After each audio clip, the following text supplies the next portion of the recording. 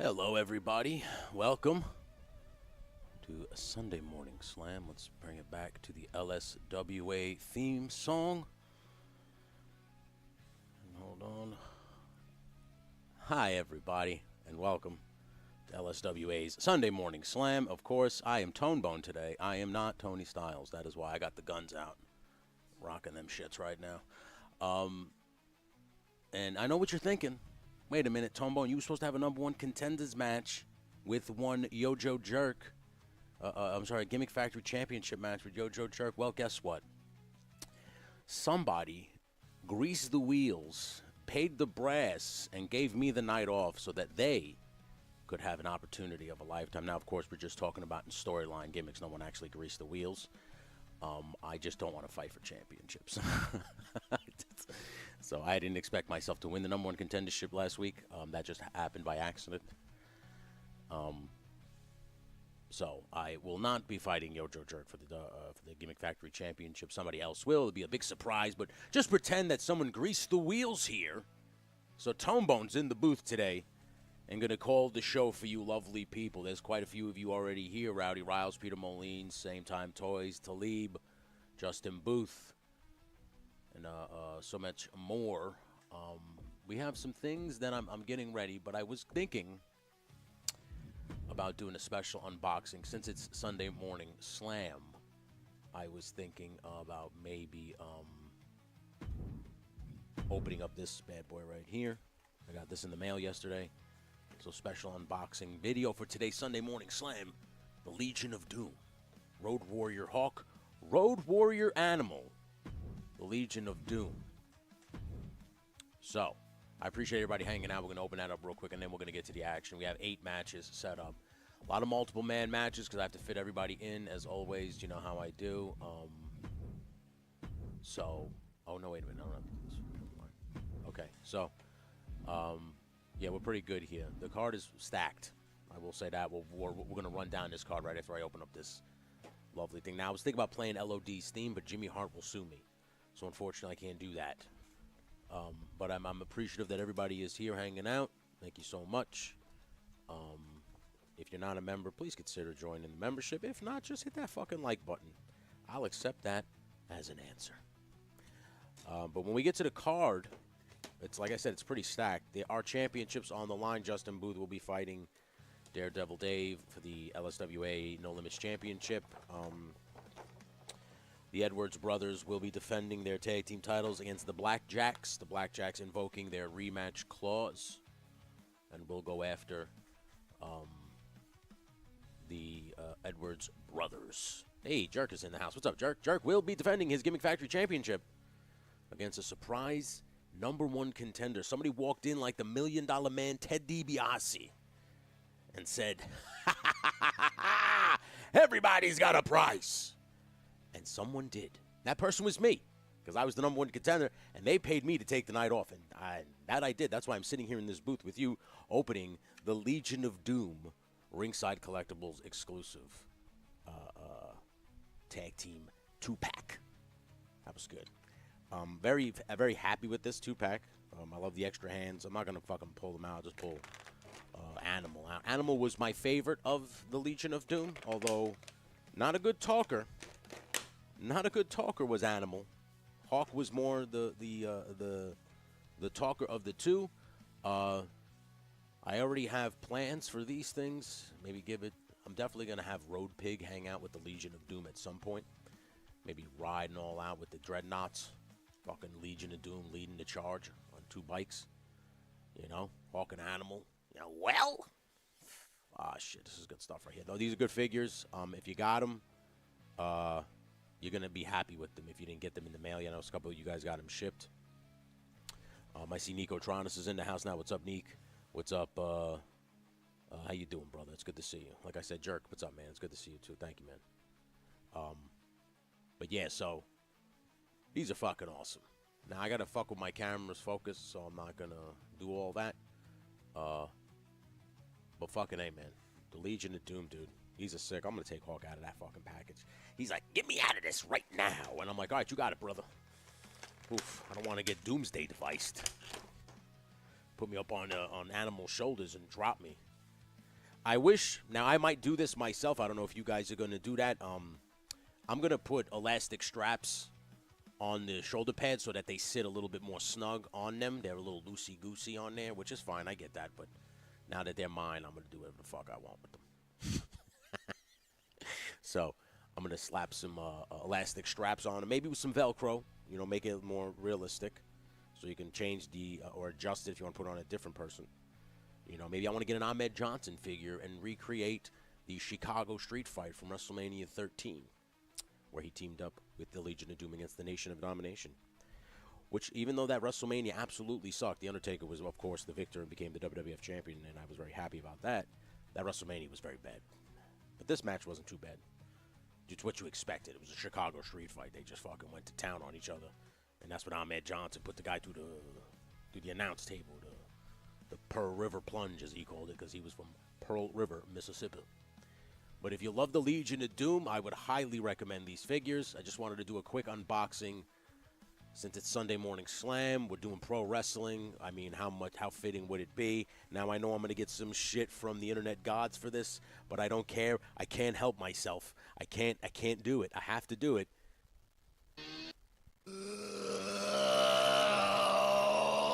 a rush! I have to. Oh, my God. I love the Legion of Doom. God damn it. All right. Now, I'm not going to get in too much trouble with that. It's bad enough. I'm going to play some other songs that'll probably get the fucking stream demonetized, which I don't really give a shit about. But that being said, let's get back to the action here. Now it's time to break down the card, if you will. We have a big stacked card here. Championships are on the line here, so just get ready as we kick it on over here to the Gimmick Factory Arena. To open up the show, we have 8 men vying for an opportunity at the No Limits Championship. Now, of course, the No Limits Championship is on the line later tonight between Justin Booth and Daredevil Dave. As you can see it down the line here, you already see the card. As a matter of fact, let me just save this so it stays as is. But I'm going to do a number one contendership here. 8 men, 1 winner to fight the winner of Justin Booth and Daredevil Dave next week at the Gimmick Factory. In the match, you have BX Medic, Mason Rule, Alpha Red, Zakanin, Paulie Pepperjack, Alpha 112, Infinite Rob, and, of course, the big man, Big Talib. Up next, of course, we have a rematch from last week as Ayo Smudge scored a big-time count-out victory over the Handsome Snakes and kind of gloated a little bit when they won, and the Handsome Snakes didn't take too kindly to that loss, so now they want to get some retribution, if you will, and now wanted a rematch against Ayo Smudge, and we're going to do just that right now after this big 8-man match. Up next, Jeff Areno scored a big-time pinfall victory over Don Curvin, and because of that, earned himself an Empire State Championship match. Now, listen, what's right is right. The guy scored a pinfall victory over the current reigning defending champion. It's only right that he gets an opportunity to fight for the championship. Don Curvin, of course, happily accepted, wants to get back, wants to get the receipt. So accepted the challenge, put his title on the line. Now that maybe the stakes are a little bit higher, will Don Curvin step up his game? Or will Jeff Areno capture yet another brass ring as he continues to stack gold and build his resume in the LSWA? Fantastic match last week. Let's see if they can recreate the same magic this week. Up next, after Justin Booth suffered a crushing loss in the Elimination Chamber match, invoked his rematch clause immediately before the show even ended last week and said, I want a rematch against Daredevil Dave. And on top of that, we're going to set a goal here for this particular match of a super chat of course, $9 or higher. And you can set the stipulation. I think there's 3 different stipulations. Justin Booth asked for them during the truck stream. Justin, if you remember them, please drop them in the comments as I could see that you are still in the chat. I appreciate you guys for hanging out with us while we're getting this going. Up next, we have the Empire State number 1 contenders match between Teddy Darklaw of Hella Dope Toys, the debuting Real Grievance, and Stu for Lunch, a.k.a. Stu Michaels. Had to give him a last name. Couldn't be for lunch. And, of course, Roll Keeper is going to try to roll on. He tried to become the number 1 contender for the Gimmick Factory Championship last week, and his debut was unsuccessful. Will try again now to become the number 1 contender for the Intercontinental Championship. But he has one veteran standing in his way right now, and that is one Peter Moline, Triple P. And we're going to see if Triple P can score a victory for the one and only Figure Fight Club. Also in action, they wanted to get back. They wanted the receipt. They wanted to cash in their rematch clause the same way Justin Booth did, and the Blackjacks did just that. They will be taking on the Edwards brothers for the coveted LSWA Tag Team Championships. Now, I might set a goal for this. We might be able to make a stipulation for this. We'll see. I'm going to try to just keep that. We'll maybe just keep this as is. We'll see. We'll see how you guys feel in the chat. Let me know if you want to do a little bit of Cyber Sunday here. And if you guys want to affect any of these matches, I will tell you now, I'm not going to set goals. You want to change any of the stipulations of these matches, all you need to do is send a $10 super chat, and I promise you we will set the stipulations for each match. And, of course, up next, Riley Riles scored a big-time victory last week, earned a spot to become the LSWA Women's Championship. Standing in her way is the current reigning and defending champion, one Crazy Fox Kitsune. Of course, their rivalry now has been brewing here at the Gimmick Factory for months. And we're going to see if maybe it comes to a head now that the gold is on the line. Of course, like I said, you could set stipulations if you'd like. All you got to do is $10 super chat.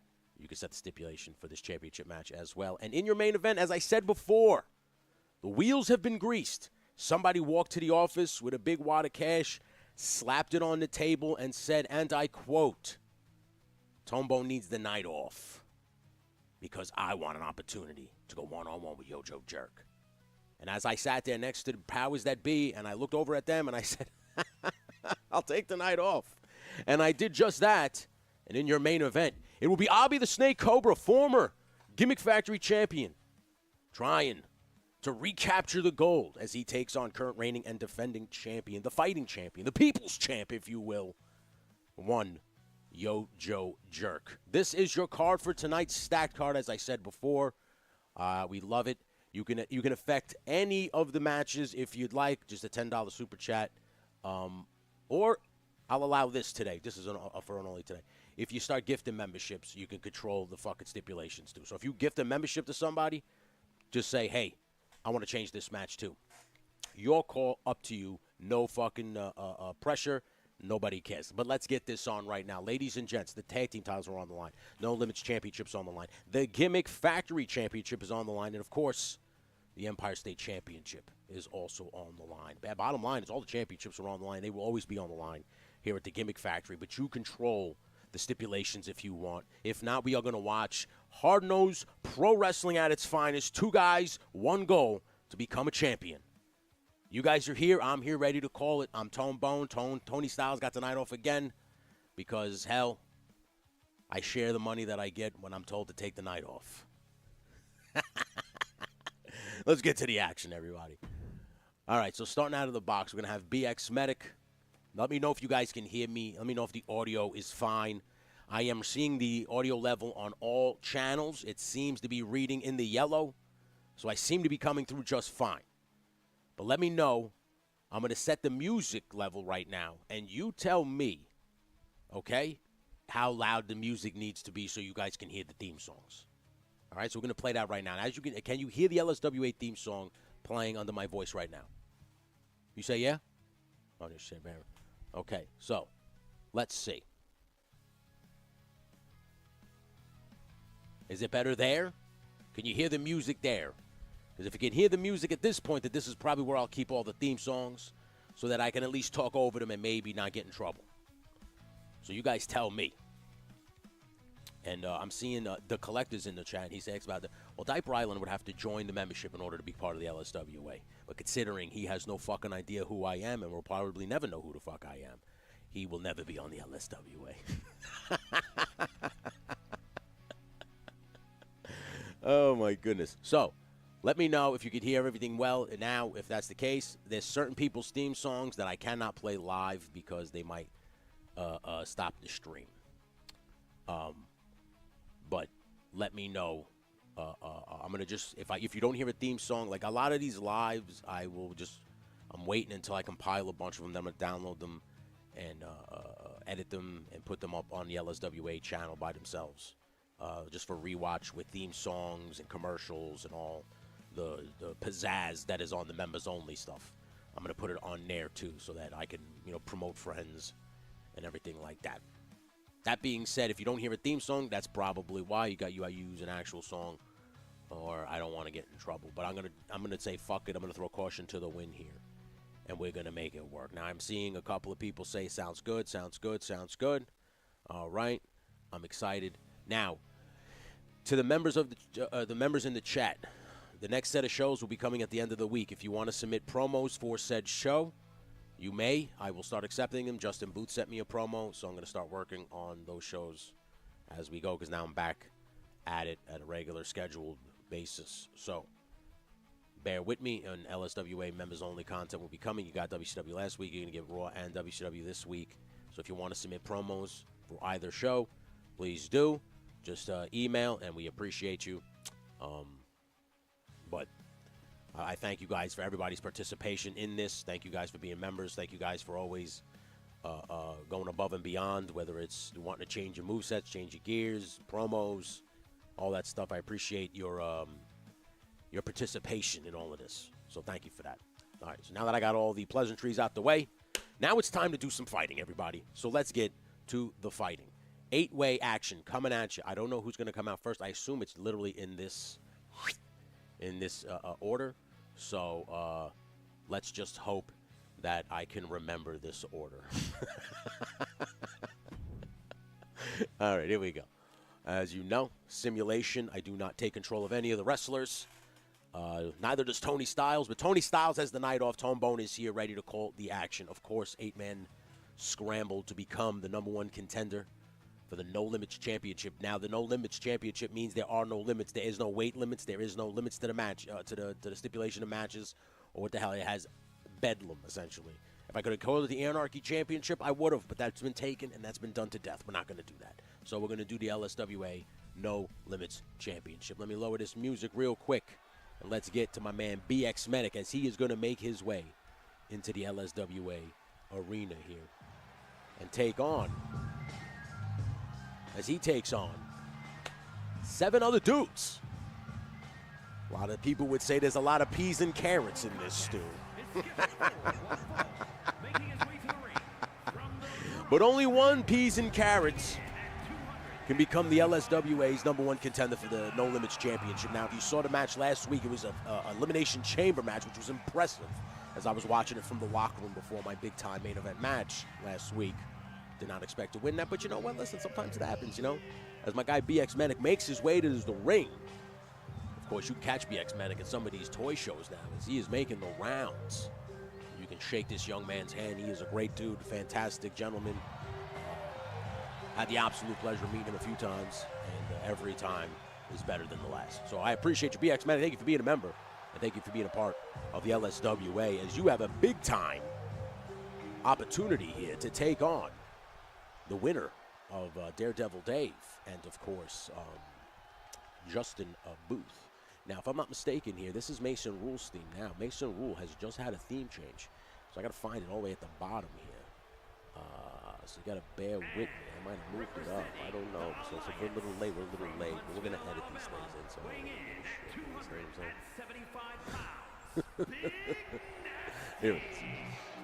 That's enough. That works. It's good enough, right? Let me know if you hear the songs. If you want me to turn it up, if you want to download some of these songs, let me know. I will share it to the members of the Legend Series channel.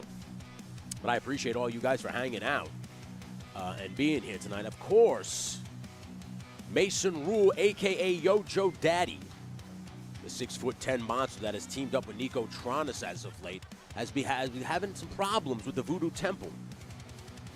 But here we go. And as you look at this 6'10" Yojo Daddy, he's just received a gifted membership from one Justin Booth. Now, Justin Booth, of course, as you know, for gifting a membership, you can set a stipulation to any of the matches, including yours. Although I shouldn't allow that, but I'll allow it. I don't give a shit. So if you want to set the stipulation for your match and your match alone, or somebody else's, the opportunity is yours. Justin, the floor is yours. We'll all be watching the chat to see what you say as Mason Rule makes his way into the arena, ready to go. The guy looks calm, cool, and collected.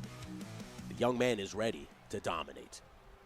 And here we go. Who comes down next? I need a producer here. Oh, okay, here we go. That's Alpha Red. I know that one. That's Alpha Red. One of my wife's favorite theme songs of LSWA, Alpha Red. And how's everybody doing? I appreciate everybody here. The Jetman, the GI Jetman, welcome to the LSWA Sunday Morning Slam. And I appreciate everybody who's coming through. I appreciate everybody who's joining. Thank you so much, Justin, for gifting the membership to Mason Rule now. As now Alpha Red makes his way to the ring, a member of the Figure Fight Club. This gentleman wants an opportunity to claim the No Limits Championship. And how fitting would it be if Justin Booth reclaims the championship to reignite their Figure Fight Club and Justin and Saponi Werewolf rivalry that happened over there in WCW. They're going to bring it back over here to the Gimmick Factory. As you know, the guy, Justin Booth, for weeks was taking on J-Mac. Then J-Mac, once he was done there, kind of pivoted to the Tag Team Championships, where they unfortunately lost it to the Blackjacks, and the Blackjacks lose it to the Brothers. It's like a game of hot potato with those damn tag titles, I'll tell you that right now. As Alpha Red is hanging out here in this arena, kind of taking it in, vibing out. And maybe going to kick into a new gear. Because when the bell rings, you know friendships be damned. Because we all want an opportunity to become a champion here at the LSWA. If you excuse me, I'm going to take a sip of my drink here. Confidence beaming off the young man, Alpha Red. This is impressive. As Alpha Red is focused, more focused than ever, some would say. I got to tell you, I'm impressed with this young kid. As he is continuously doing new things in the ring to impress everybody. I think this is a Kanan right now. I'm pretty sure it is. Let me just say. I think it is. There it is, the member of the 3POA, the Albino Cobra, the Translucent Scorpion. Okay, I call him Whiteout. You understand? He's whiter than a ghost. Okay? He is in the house. The man, the myth and legend, the machine, Zakanan. He goes by many nicknames, but the young man here is tonight ready to fight. And he wants to be called a champion. And he could fight next week with the winner of Justin Booth and Daredevil Dave. All he's got to do now is beat the competition that's standing in front of him. Now listen, I survived a big-time battle royal last week against 8 to 10 other guys. I don't know how the number was, but I survived it, damn it. And now I am sitting here comfortably in the booth. I could have fought for the championship, but I chose not to because of paycheck. I mean, listen, sometimes, $1 Million Man was right. Everybody has a price, and I had a price. I won't tell you that price. But he paid it, and I happily accepted it, as now Zakanan awaits his opponent in the ring here. I appreciate everybody hanging out. You know who that is. That's Paulie Pepperjack. I know that video anywhere. And where is Paulie Pepperjack's team? There he is. Oh, how you doing? Eat the sausage and peppers. He is in the house, ready to go. And now Paulie Pepperjack has an opportunity of a lifetime. I would love to see some gold around the young Italian stallion's waist here, as he heads to the ring to do battle with all these gentlemen. Daredevil Dave versus Justin Booth, LSWA No Limits Championship. 2 out of 3 falls as Justin Booth has officially set the stipulation of his match. That's going to be impressive. We appreciate you. Welcome, K-Mac. I appreciate you. Thank you guys for hanging out. Please hit that like button and consider joining if you want to join the LSWA. If not, just hit that like button and let everybody know that we're live right now and they should come check us out here at the Gimmick Factory. As Paulie Pepperjack makes his way to the ring, he goes, "Oh, how you do? Welcome everybody. Want to win the title?" And he is ready. The question is, how ready is he? Will somebody out there that's standing out there right now be more ready than Paulie Pepperjack? We don't know. We can't. I'm not in these guys' heads, man. You understand? But I don't know who's coming out next. I know who's coming out next. The man right here. That's Action Figure Addict. I know this team. Here he comes. A lot of people ain't too happy with this young man. They claim that he complains to the brass too much. But quite frankly, he gets the job done. The kid's got a winning record. He's on Raw right now, continuing to ascend through the Cruiserweight Championship tournament. As this week, he's got to fight his buddy, Dominic Mysterio. And we're going to see how this plays out. But I'm excited to see how this goes. As I think Action Figure Addict's the last member in this match. I did pretty good with the theme songs. Please acknowledge me with a couple of ones in the chat. I appreciate you. As Action Figure Addict now, also confident. Let me say, there's one thing I will say. None of these guys look nervous heading to the ring. Now, of course, this is simulation. Of course, this is a video game, but it doesn't matter because I have not yet seen sweat pouring from their foreheads, nervousness in their eyes. They don't have the yips or the shakes. So this is going to be one hell of an 8-way competition. Now, of course, this might take forever because there's 8 different dudes in one single match. But you know what? Oh, wait, we got one more to go here. Who is this? Oh, Infinite Rob, the big fella. I forgot Infinite Rob threw his name into the chat here. He was like, you know what? I want a shot at the No Limits Championship. I fought in the Elimination Chamber match last week. Why don't I get a shot this week? And he is going to do just that, ladies and gentlemen. As Infinite Rob is heading to the ring right now, as he's cool as a cucumber. I mean, look at that. We call him Big Daddy Cool for a reason, as he is heading to the ring. Cool as shit. They say James Dean cool without the cigarette. I would say, why not take the cigarette? Everybody enjoys a good smoke after a meal. I know I do. If you'll excuse me, I take another sip of my my drink here.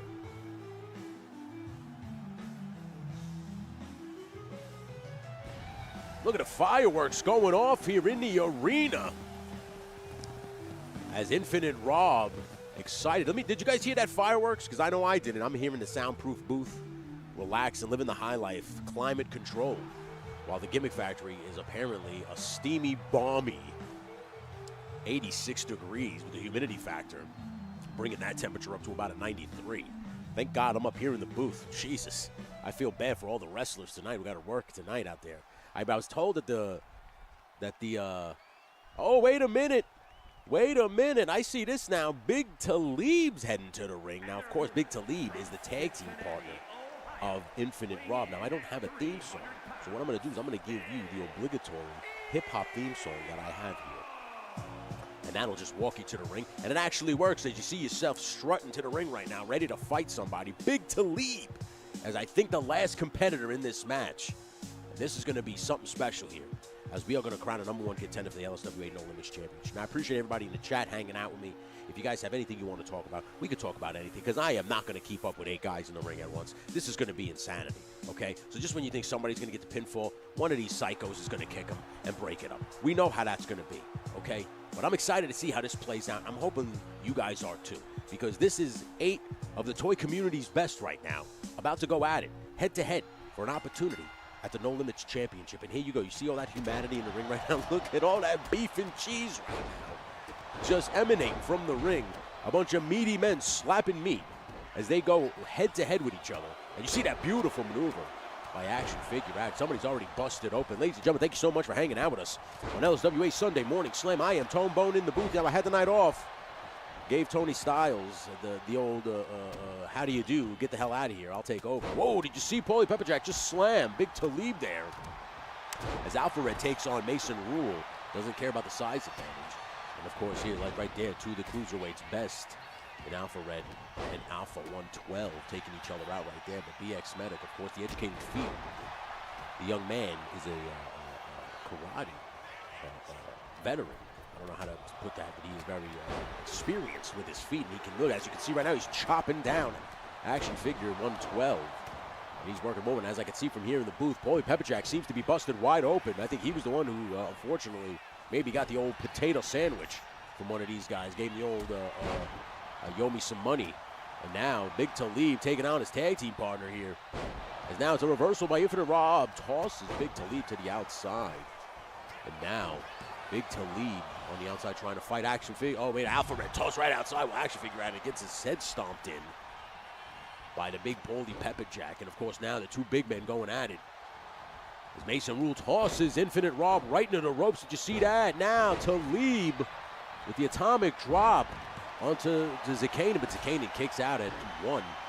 He is the machine. You're going to take a little bit more than an atomic drop to put down the albino Cobra. I'll tell you that. I've seen that man fight his way out of many scuffles. It took more than that to put him down. As wait a minute, now Talib now he gets the Irish whip by Paulie Pepperjack, but doesn't have enough time to get on the offensive as Alpha slams him right down for his troubles. But BX Medic now comes to, oh my goodness gracious. Mason Rule now takes the kendo stick and levels everybody. And here he goes for a cover, but it's broken up by Infinite Raw. Yeah, guys, thank you so much for hanging out with us. Let me know if you hear the audience and the moves. I think you do. I don't, which is fine because I really don't want to hear it. But I've had a headache for the last couple of days, of course. That's one of the reasons why I took the night off. Yeah, I can't scream. I can't do twin styles. I gave me a fucking headache. But here we go.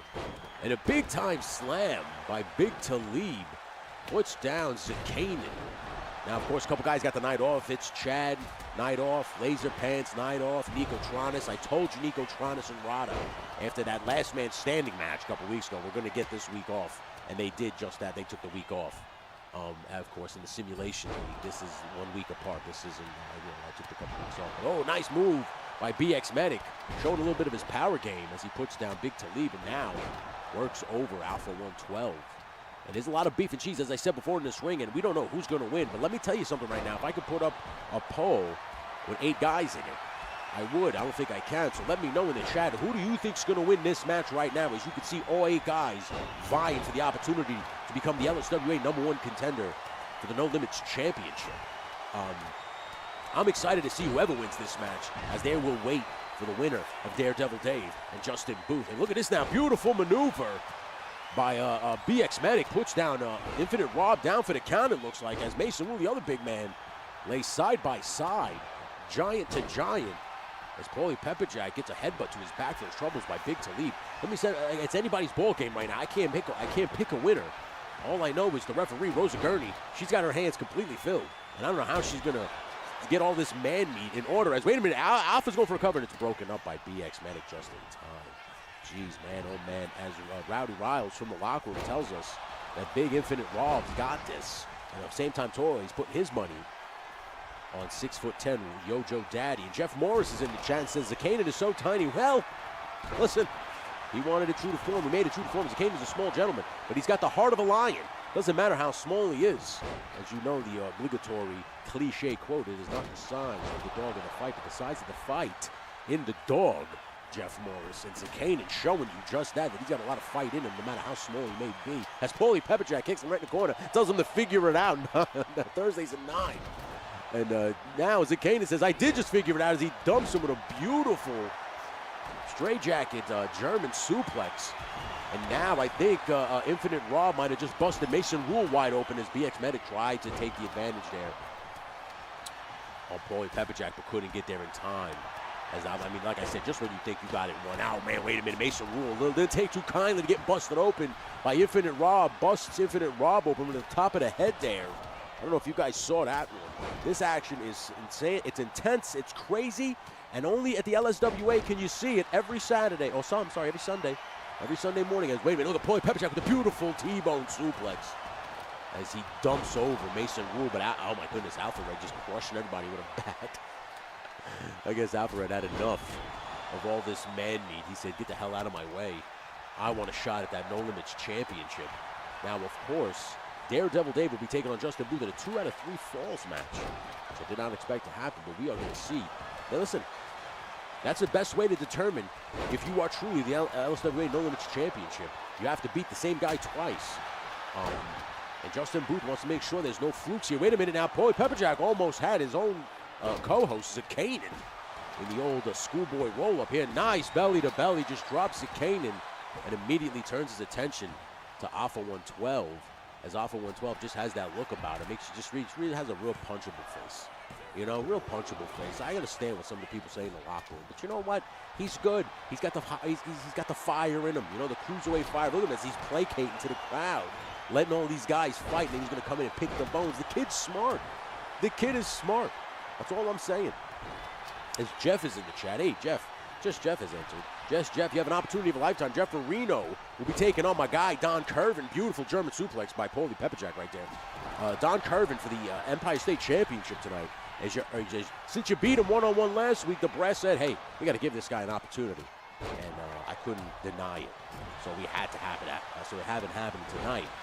Of course, with any super chat or a gifted membership, you can change the stipulation of any match. As we know, Justin Booth has already changed the stipulation of his match with Daredevil Dave. Now, here's the thing. Do we do something a little crazy? A little double jeopardy, if you will? Will Daredevil Dave gift a membership and say, I don't like 2 out of 3 falls. I want to change it to something else. That could possibly happen. We don't know. We don't know. As I just see somebody else just got busted open. And wait a minute now, Mason Rule going to roll up Paulie here. But Paulie kicks out as Zakane, and that is a textbook back suplex. Perfectly executed by the albino Cobra as he puts down Alpha 112. And now he's going right after the big man here. Look at Infinite Rob now. What a spine buster by Zakane, and the power of the machine. But no, man, he just did not pay attention to his surroundings until Talib. Alpha Ray was there. Wait a minute now. He's going for that whiteout. He just hit Big Talib with that whiteout. A big power bomb by Paulie. Pepperjack goes for a cover here. Wait a minute. 1, 2, and Paulie Pepperjack is your winner. He is your #1 contender for the LSWA No Limits Championship. Oh, how you do? Gets out of there with the stolen victory. 8 guys, all not paying attention. As now Paulie Pepperjack able to score a big-time victory. But here we go. I am excited now to see that as Paulie Pepperjack now will be a winner of Justin Booth and Daredevil Dave next week at the Gimmick Factory. Finally, Paulie Pepperjack slaying the beast and now has an opportunity to become the champion. He has wanted that since LSWA's inception and now has the opportunity. I'm excited to see how that goes, okay? So Paulie Pepperjack, of course, will be waiting in the locker room for the winner of Daredevil Dave and Justin Booth later today. And, of course, Sunday afternoon slam, as, of course, we went live at 1 p.m. as we were enjoying a couple of coots. You can catch a couple of coots every Sunday, 11 a.m. Eastern Standard over on JMK Custom Works YouTube channel. Give that a try if you don't. Of course, I don't have a moderator here to send any links, so you guys already follow JMK. So just make sure. No, it's all right. If you'd like to, you don't have to, babe. I saw you laying down. I thought you would feel good. It's all good. As Paulie Pepperjack now celebrates the big-time victory here. The sausage. Now Paulie Pepperjack screaming in the ring. Sausage and peppers all around. Oh, how you do?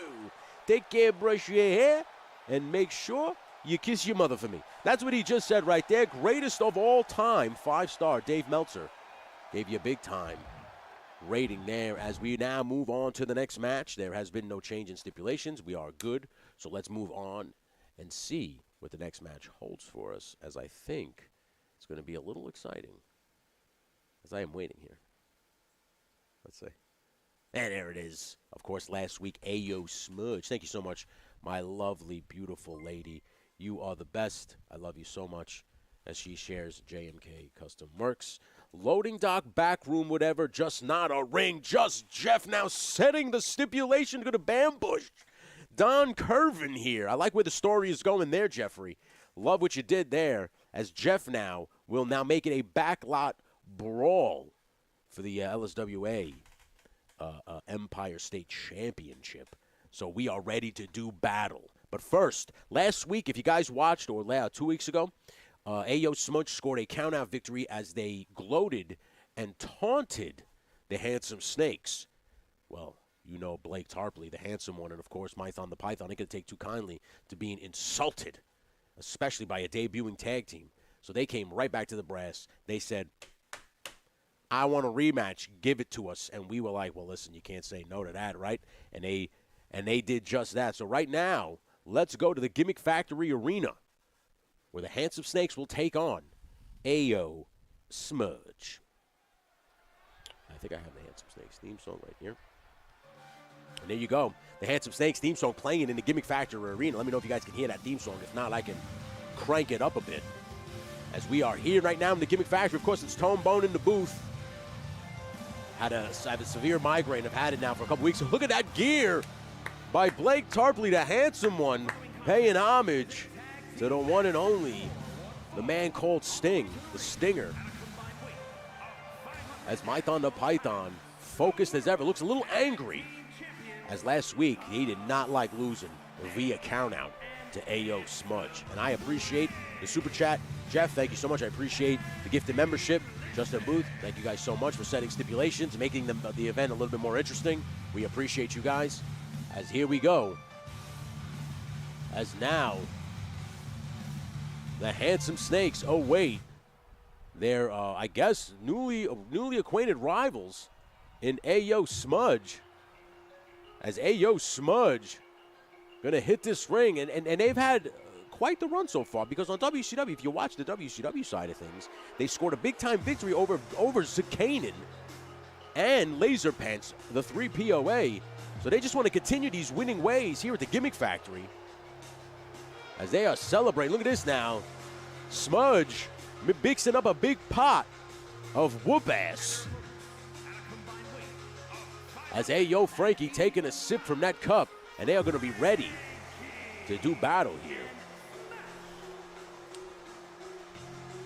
If you'll excuse me, I take another sip today. Look at these guys dancing around the ring. Ayo Smudge, excited to be here. If you want to be a part of the LSWA, all you got to do is join the membership, and we will put you on the roster, and you can come every Sunday night. That sounded pretty bad. You can come every Sunday afternoon to the show here and be a part of the action, as well as the chat. All you got to do is join the membership. If you get gifted a membership, all you got to do is say, hey, man, I want in. I got gifted a membership. And make sure you thank the person who gifted you said membership.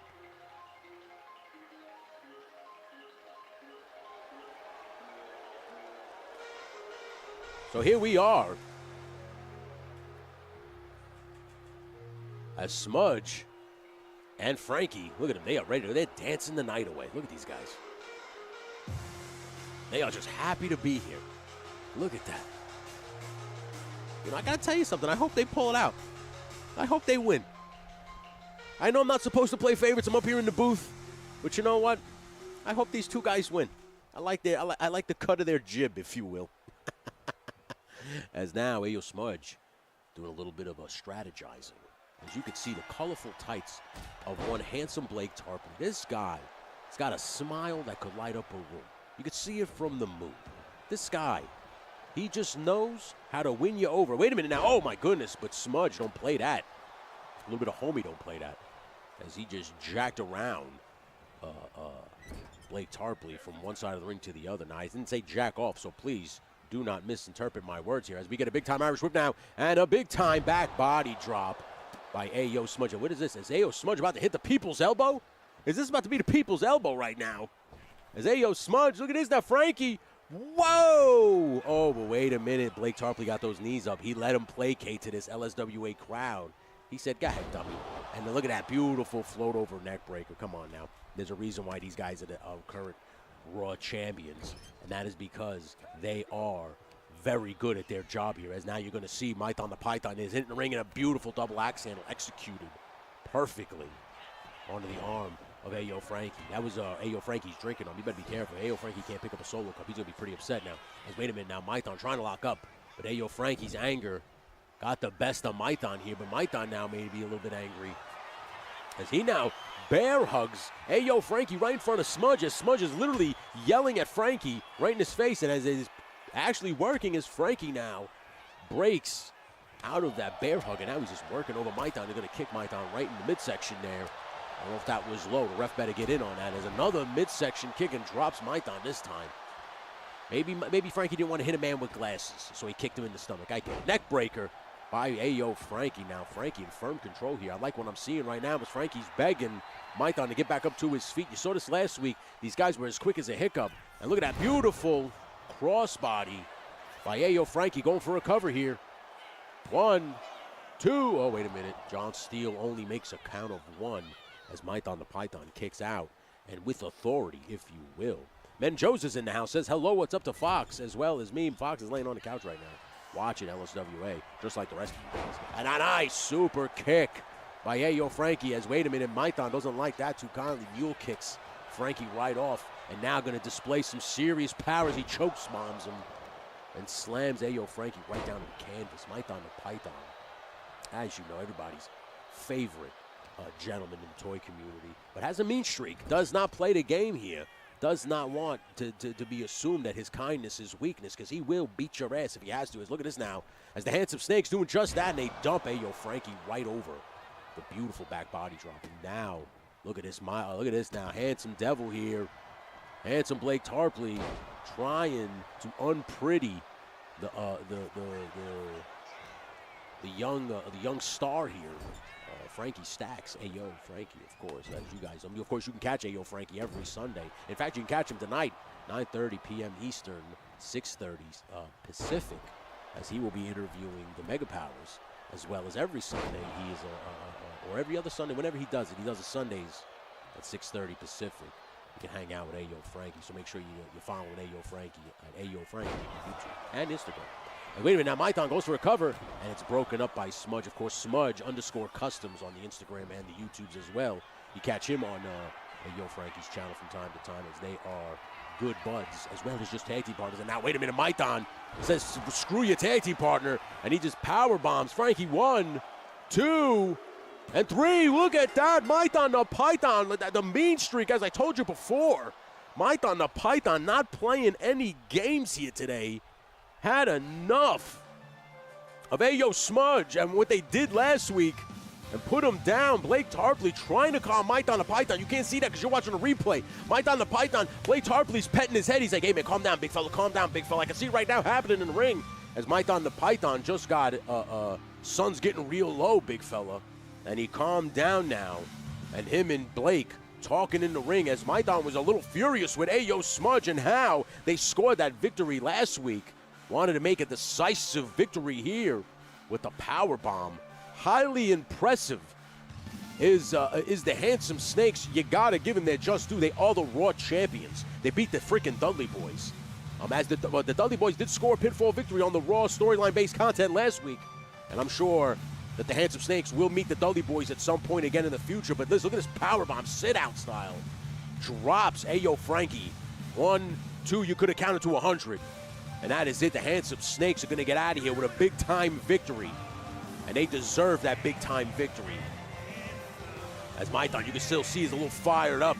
Blake Tarpley, Maitan the Python, winners here tonight at LSWA's Sunday Morning Slam. I'm back in the booth here, Tone Bone.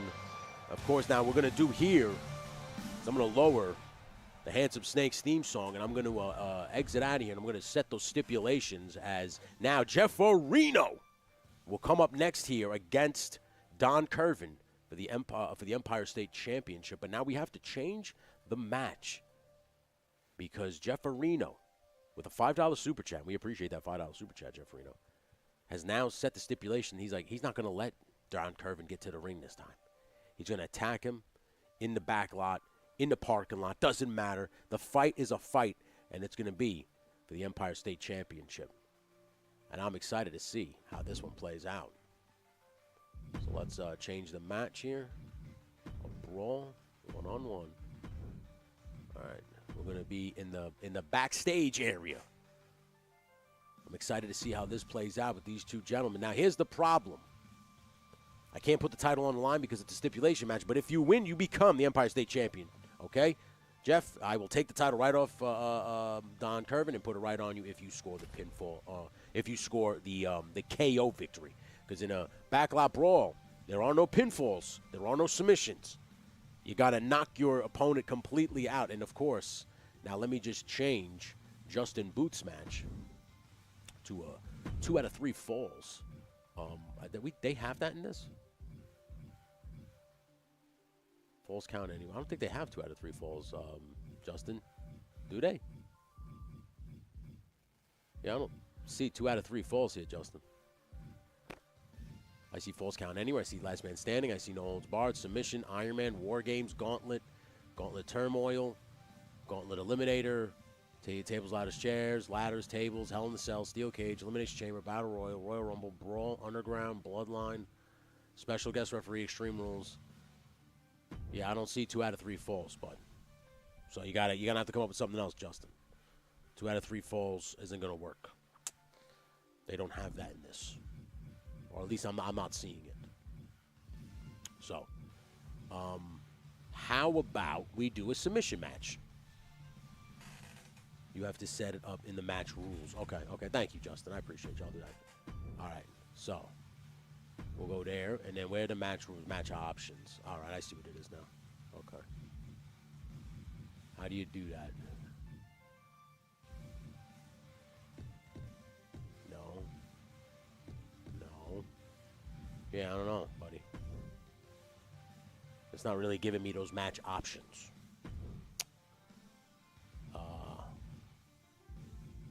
Let me just make a custom match. Why don't I just make a custom match? I'll just do that. Hold on.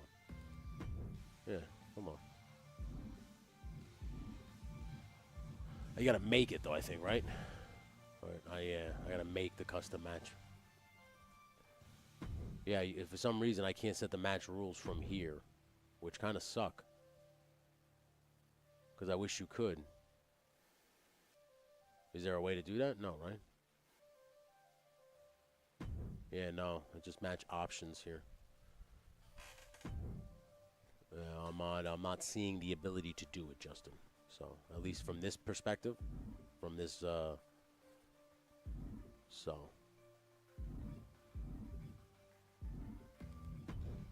So what I'm going to do here, I know you wanted 2 out of 3 falls and you gifted a membership, but you might have to pick because I don't have the ability to change it to that, unfortunately. So, yeah. So how's everybody doing? And Amen, Joe's. Everybody's doing well, I hope. But here we go. Submission match? All right, submission match. All right, here we go. So it'll be an official submission match between Justin Booth and Daredevil Dave. So there you go. So that stipulation is now officially set. I will make custom matches, Justin Booth, to have those 2 out of 3 falls in the can. I appreciate the assist and the help there. But that being said, so here we go. Back into the arena. Now, we have a backstage brawl about brewing here. Now, of course, I can play a Caden and be like, oh, my God, I'm hearing a commotion here in the locker room right now. I'm being told that Jeff Areno ain't letting them get to the back end. What's going on here? And wait a minute. They're in the locker room here. They're in the back. Just Jeff Areno attacking Don Curvin. Of course, this is now official match. The LSWA Empire State Championship as Jeff Areno says, I don't want to get to the ring. I want to fight him back here in this back lot. And we're going to do just that. As you can see, the stop signs everywhere. The cars are everywhere. The ambulance is already there. The medic could take him out of here soon if we do have a serious injury. And Daredevil Dave is in the back now screaming. He wants a shot at Tony's Figs for the television championship. Oh, man. Buddy, you know what? Right now, I don't know if you watch the storyline-based content, but Yojo Jerk, he made a claim after attacking Tony's Figs in the locker room that he wants another shot at his as what he feels, the title that he shouldn't have lost. And so we got to you might Daredevil Dave, now that you're the Cruiserweight Championship, you might have to worry about the Cruiserweights before you got to worry about Tony's Figs and Jerk and guys like Yojo Jerk. There's plenty other big-time competition coming at you for the LSWA's WCW. Oh, my goodness, big time. Spinning heel kick by Don Curvin puts Jeff Areno down, and now Jeff Areno might be in some serious trouble as he gets DDT'd on the concrete. Oh, my goodness. We better get a medic out there ASAP.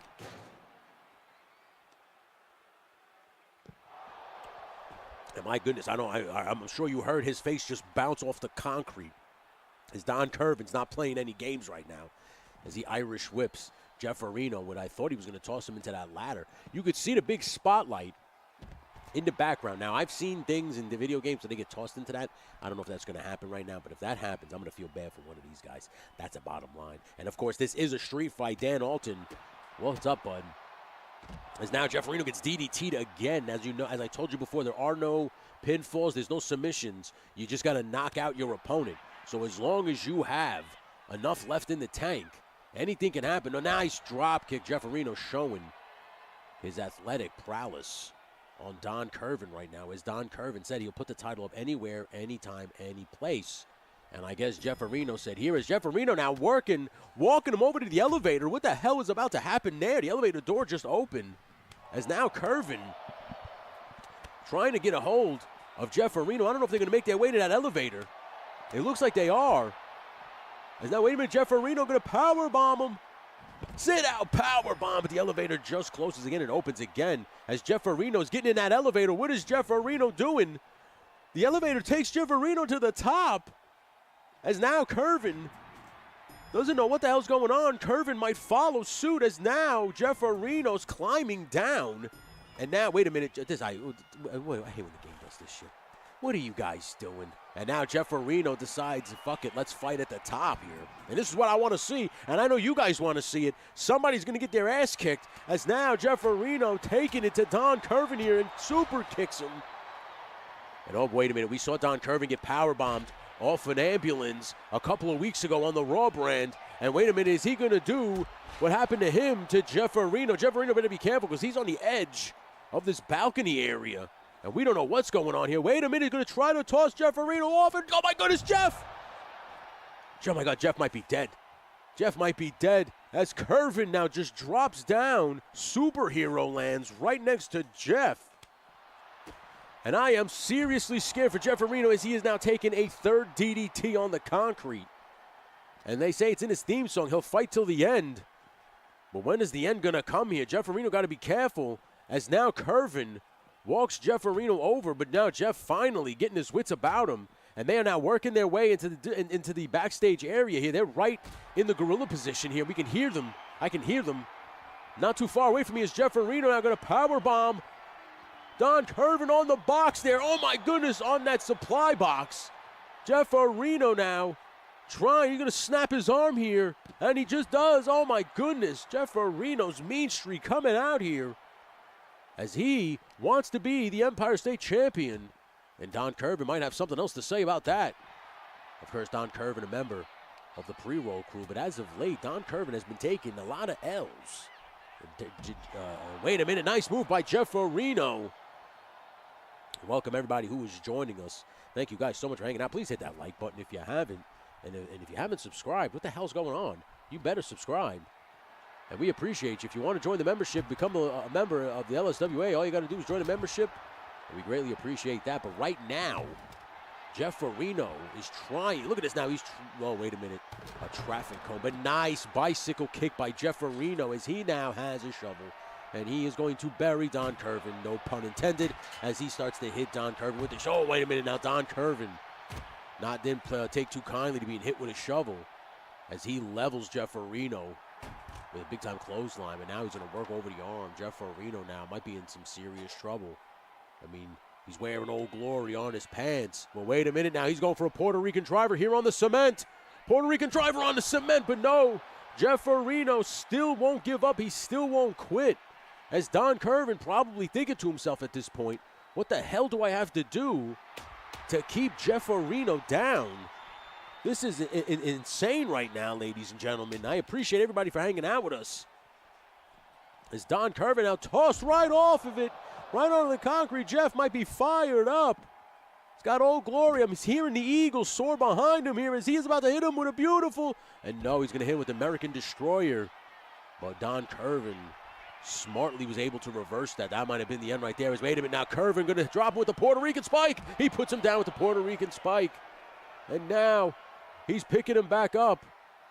And oh no, don't tell me he's going to grab a steel chair. Oh man, he's grabbing a steel chair, ladies and gents. Don Curvin might get a little too far. Oh, wait a minute, no, Jeff Areno says no, not today. And Jeff just drops Curvin with a clothesline to the back of the head, which is what he might have needed here. Jeff Areno now might need to be smart to maybe drop Curvin on that table. Or even so on the boxes here. As Jeff now going to go back up on top here. What are we about to see here, ladies and gents? This is the only kind of action you can see here at LSWA on the Gimmick Factory every Sunday on Sunday Morning Slam. We appreciate you guys. Of course, you can catch Just Jeff on his channel, Just Jeff. A nice, beautiful maneuver, cradle shock, putting down Curvin, but Curvin's still not submitting. You can catch Jeff every day on his channel between 12 and then 9 p.m. as he plays some video games. And, of course, you can catch Jeff Areno every Saturday on Smokin' Joe's on Same Time Toys' channel, where Same Time Toys, Shane Edwards, and Woody Triple Deuce, and Jeff Areno of Morningwood hang out and talk everything in the toy space. And, of course, there are so many other channels that we will get to as we go on through this show. But please check it out. You can check out Don Curvin at the Puerto Rican Bulldozer on Instagram. Give him a follow as he is making his way through actual pro wrestling ranks. Oh, no, wait a minute. Jeff Areno almost tossed off. And now, wait a minute. Beautiful reversal. Jeff Areno playing possum now. And nice splash by Jeff Areno right on a Don Curvin. As Bear 11 Charlie shows up. What's up, Bear 11? It's good to see you, bud. Welcome to the show. As now Jeff Farino attacks Don Curvin with the steel chair, hoping that Don Curvin says, I can't take any more, and quits. But Don Curvin, the Butcher of Conde Nava, not known for quitting. As wait a minute now, Jeff Farino going to walk Curvin over. Where is he walking him over to? As now he gave Curvin enough time, as Curvin will chop block. And now they are literally in the gorilla position right now. They are sitting here right by the entrance. And now we're going to get another spike. But no, Jeff Farino reverses it, saw it coming, and reverses it. Thank God. Wait a minute now. Big time American Destroyer, but Don Curvin still doesn't quit. Man, oh man, this is why he's a part of the pre-roll crew. Of course, I am Tone Bone in the booth today. As now Jeff Farino, nice cradle shaka again, and Curvin still not quitting. But wait a minute, no, he did. He did. Jeff Farino is your new Empire State Champion. I can't believe this, Jeff Farino. Congrats, dude. You are now the champion. Don Curvin, when you come back to the pre-roll locker room, I am going to have some words with you, and they are not going to be pleasant. But that being said, congratulations, Jeff Farino. You deserve it. You put Curvin down.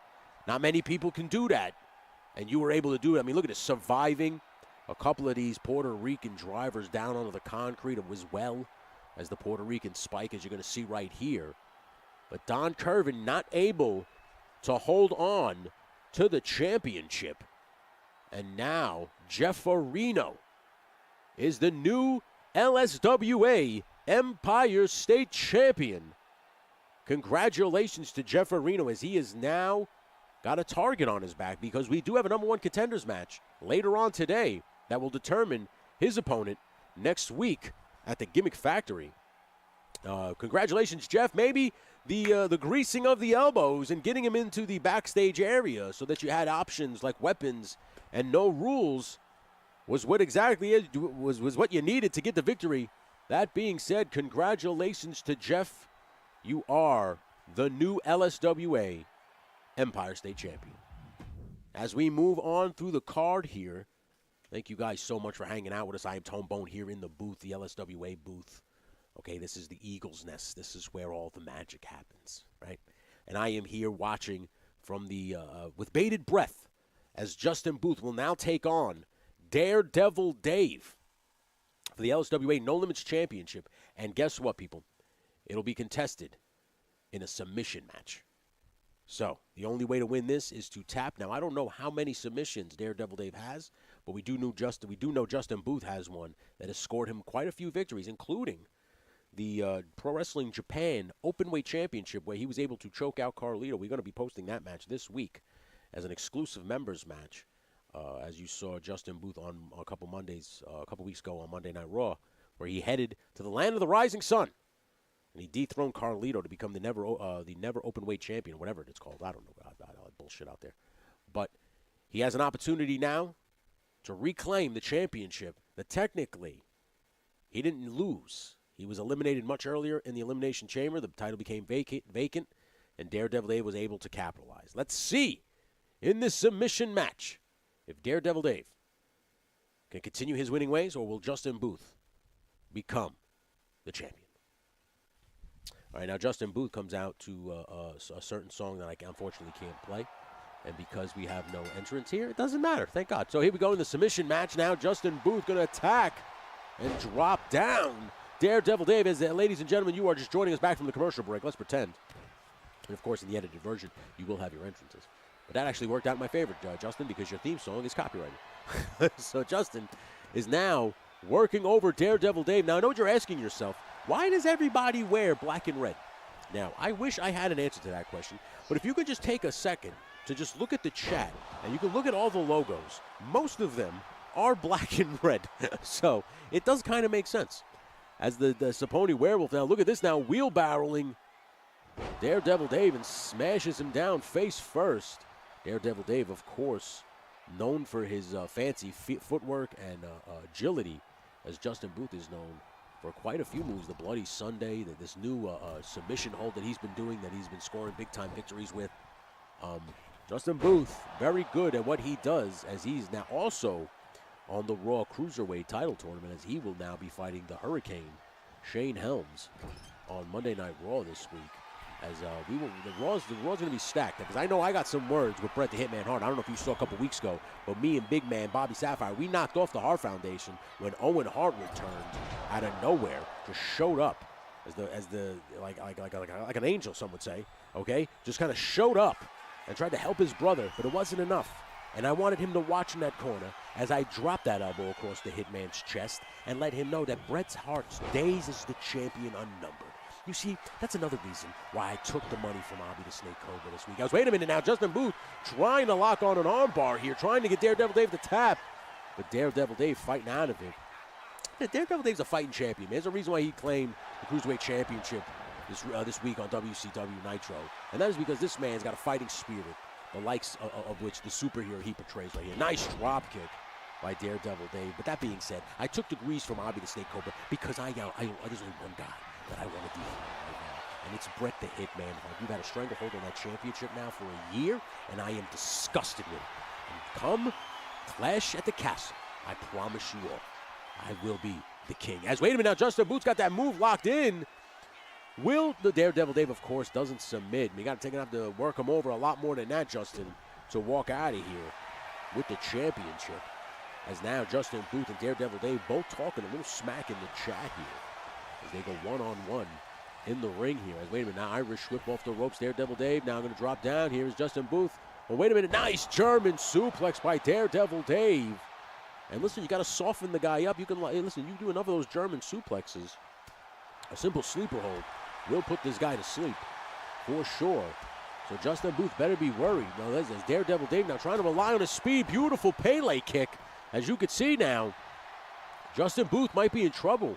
He dropped down there like he might be concussed as he now needs the ropes to help him up.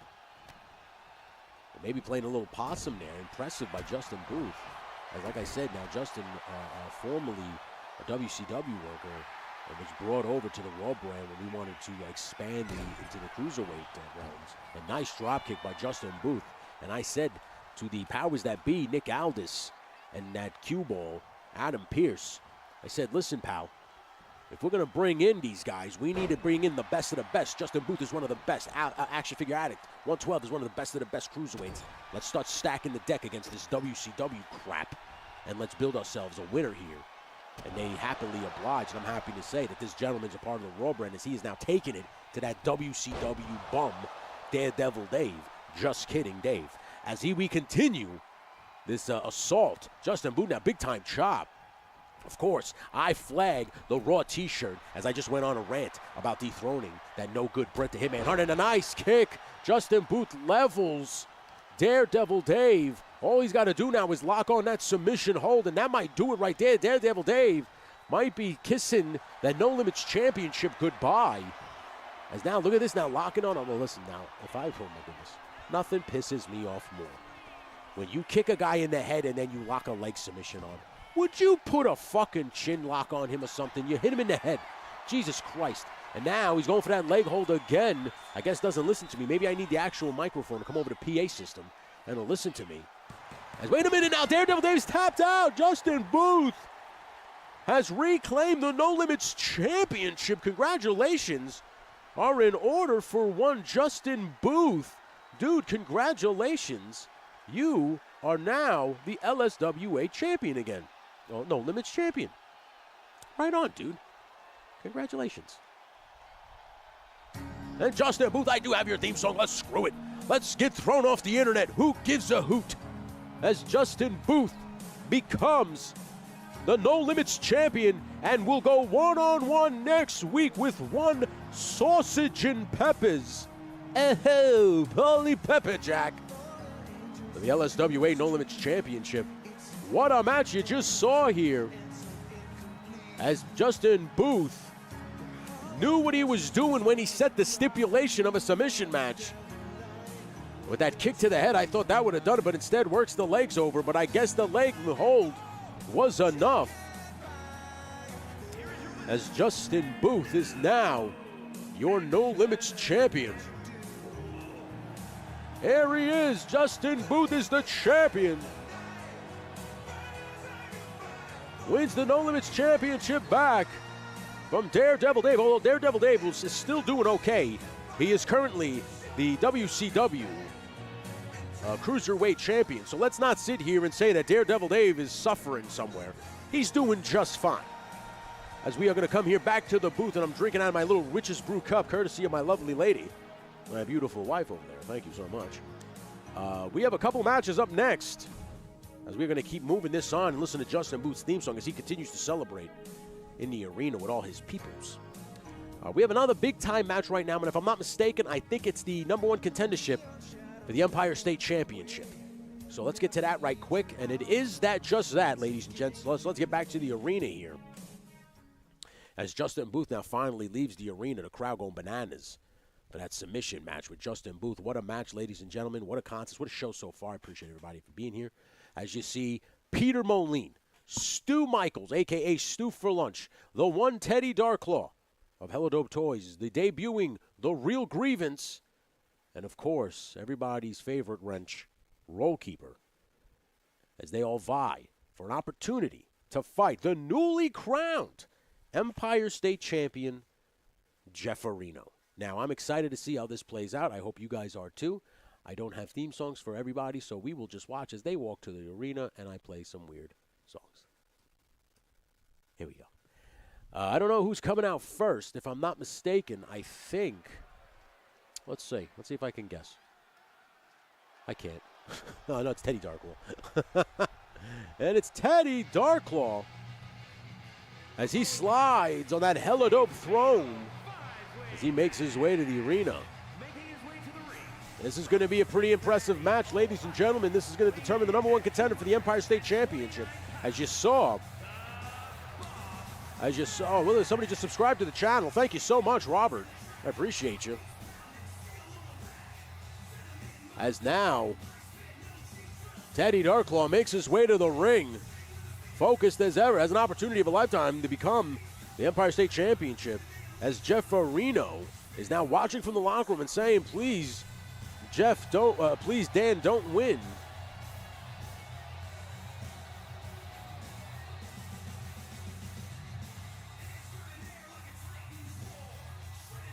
And of course, Jeff Areno doesn't want to fight his pals, but listen, when the title's on the line, oh, wait a minute. Teddy Darklaw's team still playing in the arena. You get to shut that down, as you are seeing. I don't know who's coming out now. I think this might be the Real Grievance.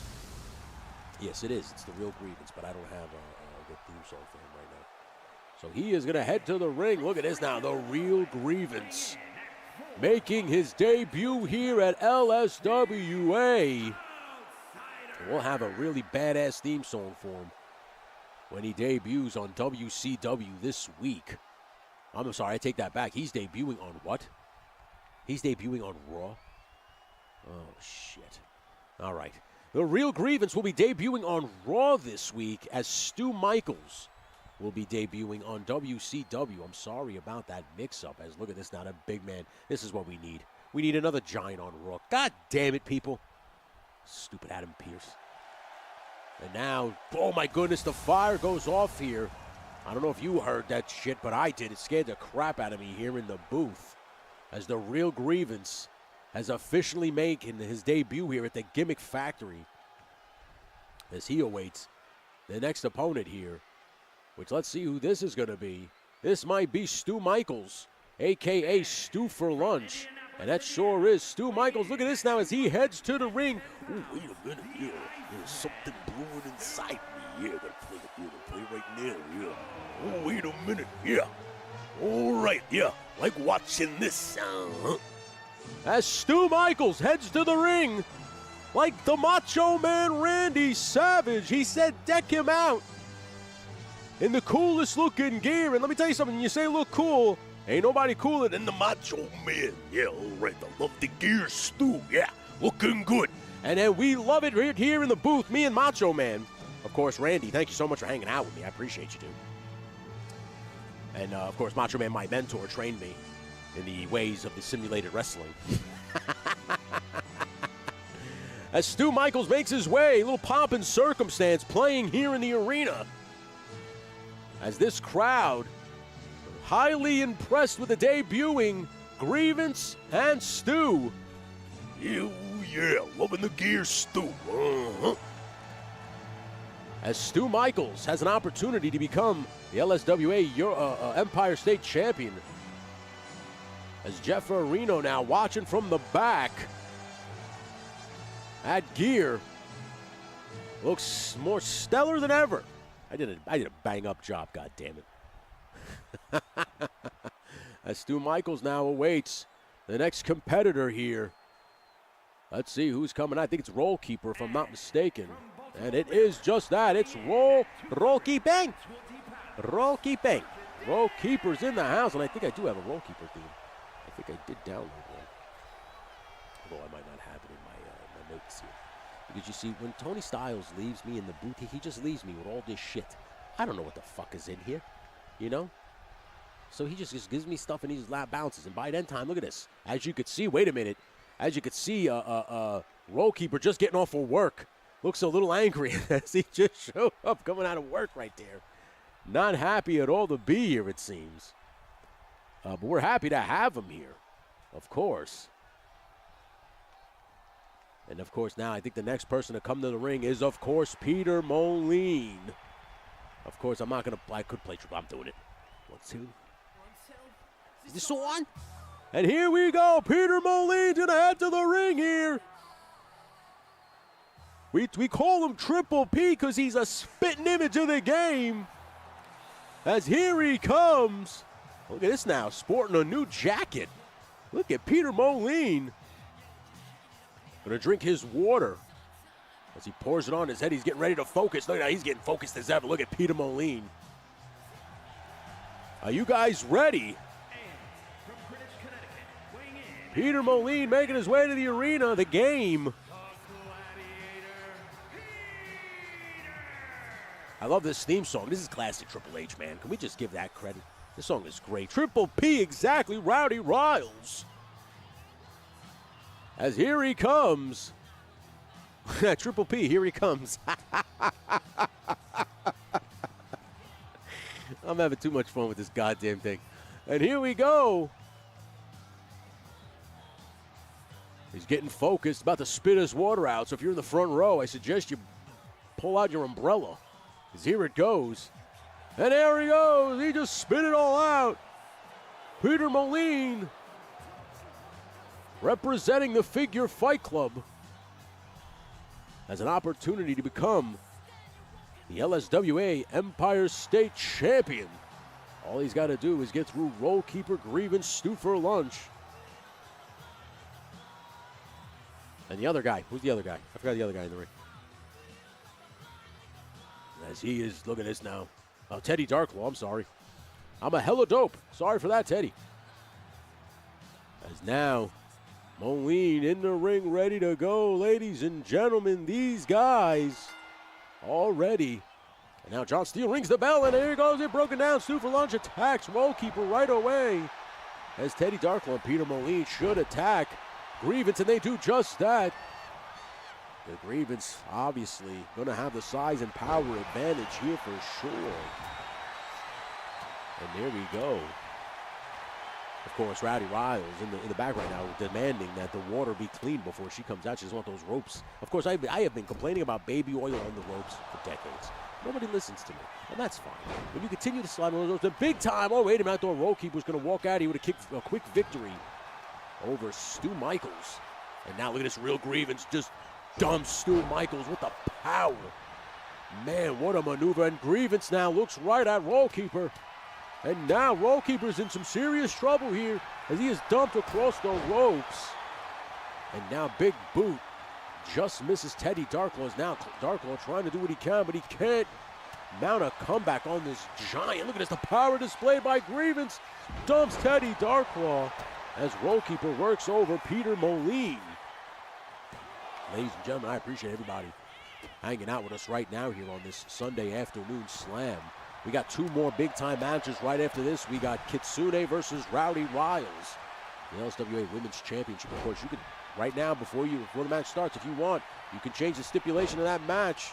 Simple super chat, or a gifted membership allows you the ability to change the stipulation of that match or the match with Yojo Jerk and Abi the Snake Cobra. Do you want Abi the Snake Cobra to fight Jerk in the cage? Do you want Abi the Snake Cobra to have a handicap advantage? As J-Mac is still in the locker room. You do a little 2-on-1 action. The choice is yours. All you got to do is either decide to super chat or gift a membership to get somebody else on this LSWA roster. We will change the steps. As right now, this 5-way competition is really, I mean, look at this now. Wait a minute now. Grievance, I think he is just going to dump Teddy Darklaw wherever he pleases. But now Darklaw trying to fight out of it and does. A Stu for Lunch is getting walked like a dog by Molina. Look at this now. Beautiful maneuver by Stu for Lunch. Clonk, the meeting of the minds, if you will, drops down Moline. As Grievance tried to go for a cover and was broken up real quick. Grievance ain't having that shit. Triple D says, and that is absolutely right. Look at the power now by Grievance. He's going to jack up here. Look at this now. Jesus, what a power bomb on Teddy Darklaw. As he knocked all the air in. Rollkeeper, I think, is regretting even standing across the ring from Grievance. As Grievance now with a big-time backbreaker onto Rollkeeper. Rollkeeper's got to be careful. Rollkeeper's needed to defend this country. You don't want anything to happen with a big-time Rollkeeper. Wait a minute now. Teddy Darklaw is in some serious trouble. As we don't want anything to happen to Teddy. We love hella dope toys. And wait a minute now. Nice double Russian leg sweep on Peter Moline. As Peter Moline is used to doing the double teaming with all his figure fight club cohorts. Not used to being double teamed. And a nice neck breaker by Stu Michaels. Look at this now. Stu Michaels demonstrating some serious power. Dumps over, and now I'm turning into Tony Styles. I've been hanging out with him too much. As wait a minute now, nice drop kick by Rollkeeper. There's a lot of people out now. As I'm surprised to see Grievance completely laid out here as Moline and Grievance laying right next to each other. But hey, listen, these guys are hungry. Thank you, Mikey. I appreciate that. That's yeah. When he said jazz it and pizzazz it up, I immediately just thought the Macho Man Randy Savage. You know. And wait a minute now, Rollkeeper and Stu for Lunch, kind of going at it with each other. Now a little stun gun action here. Now wait a minute. No, it's bad enough. Grievance is big. You don't need to see him with a sledgehammer. What a thunder bomb! Holy crap! By Teddy Darklaw. Impressed. That was hella dope. Yeah, I know. That was low-hanging fruit. I had to. And a nice DDT by Stu Michaels puts out Rollkeeper. Rollkeeper might be busted open here. Got to be careful though, as Rollkeeper's in his gear here from work. Looks like he's about to check in, to punch in at work, arrest some people. As now, wait a minute. Now Teddy Darklaw puts down Grievance with a fantastic Huracan Rana, or Hurricane Rana, or Frankensteiner, depending on what side of the track you stand on. And now here we go. As Teddy Darklaw now going to try to work over Moline, and nice, he pulled him right out of the corner with a sit-out power bomb. Should have turned that into a pinning combination. Surprised he didn't. As I thought Grievance was going to go for a big-time choke slam on Rollkeeper, but Rollkeeper says, not today.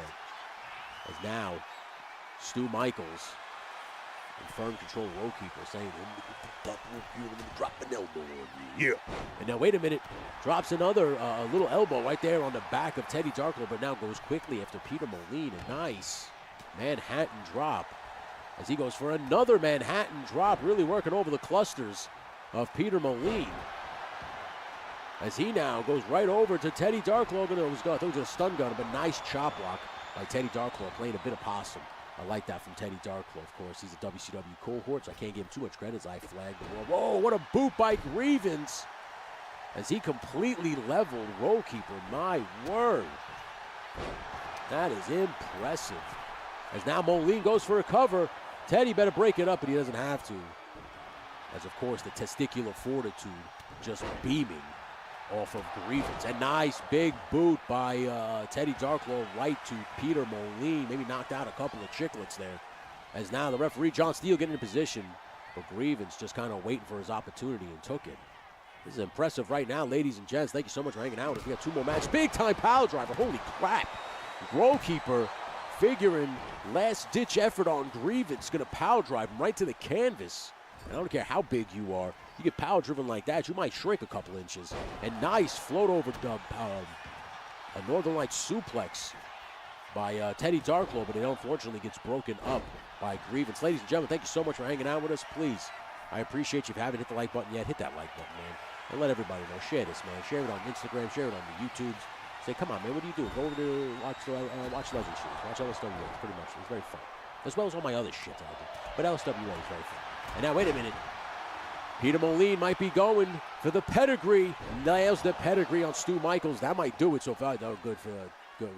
He switched over to Roadkeeper instead, which is all right. And do the Indian Deathlock here. That's all right. But Teddy Darklaw, I mean, you got the pick of the litter here, kid. Just attack who you want. The Grievance, big time DDT. Holy crap, puts Teddy Darklaw out of his misery. And now Moline, nice spine buster, shades of AA, AA Arnold Anderson. And now John Steele trying to get in position here. But Teddy Darklaw breaks that up. Ladies and gents, look at this match right now going on. Oh man, what a nice Rana by Teddy Darklaw. Nice boot again by Teddy Darklaw. Teddy Darklaw, look, he might have it right here. John Steele, 1, 2. And a kick out by Roadkeeper. Thank God Roadkeeper was able to kick out of that. Ladies and gents, thank you so much for watching this show. And now Moline punches Darklaw right in the face. Maybe not happy with those hella dope prices. Maybe not happy with a shipment. And punched Ted Darklaw right in the head. They look like he owed him money. As now, wait a minute now. Roadkeeper go for a crucifix pin. But of course it's broken up by Moline. As now Moline dragging Ted Darklaw into the middle of the ring here. But no, Stu trying to break it up. And no, wait a minute now. Grievance steps right in between and drops Stu for lunch. And now, wait a minute. Darklaw's in the sharpshooter. Roadkeeper. And gets kicked right for his troubles by Moline. And Moline drops Roadkeeper down. And oh, wait a minute. For some reason, the Sledgehammer and Peter Moline just seem to look good together. Almost like it's another guy who does it. And wait a minute, now goes for a cover. It's quickly broken up by Grievance. You got to pay attention here. As Grievance, I mean, he's not small, so you can't miss him. I don't know why people are completely ignoring him and going for pins. A nice DDT by Roadkeeper. And wait a minute, gets a kendo stick for his troubles. Ted Darklaw tries to throw the kendo stick at Grievance. But Grievance just literally ate that shit. Now, look at this now. What a neck breaker by Grievance. Let me tell you something. If Grievance wins this match, I am afraid for Jeff, for sure. As, wait a minute, Roadkeeper now drops a nice neck break. You're going to have to do a lot more than that to keep Grievance down. That's for sure. And I think Roadkeeper knows what he's got to do is he's begging him to get up now. But now Peter Moline instead steps in between and just tosses him to the outside. That might have been the smarter play. As Moline now might be going for a pedigree. As Ted Darklaw levels him down. Goes for a cover here. Triple P better. No, wait a minute. Oh, Ted Darklaw, I thought that was it down. Wait a minute now. Peter Moline. Oh, no. Peter Moline got screwed there. That was probably a 3 count. Moline got screwed. Moline probably screaming at the ref as the ref was making the count for Ted Darklaw instead. And now, oh, wait a minute. Grievance got him in a choke slam. Choke slam. Peter Moline is down. And Stu trying to get some kind of offensive attack. The wrong guy. Shouldn't have went after Grievance. As now, wait a minute. 1, 2. And kick out by Stu. Stu for lunch. Impressive right now. Nice going. Ted's working with DHL now. That's it. And wait a minute now. Grievance hitting those ropes. Oh, what a mafia kick right to the face of Roadkeeper. As now Moline might have the control that he needs here. Everybody's kind of dazed and confused. And Stu for lunch finally back into it. Nice Death Valley driver by Stu for lunch. As now Stu trying to, oh no. Uh-oh.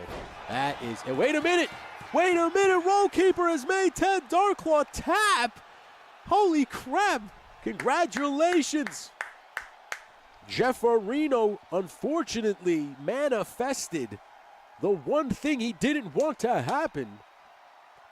He didn't want to fight Roadkeeper, and it seems, unfortunately, next week, he will be fighting Roadkeeper for the LSWA Empire State Championship.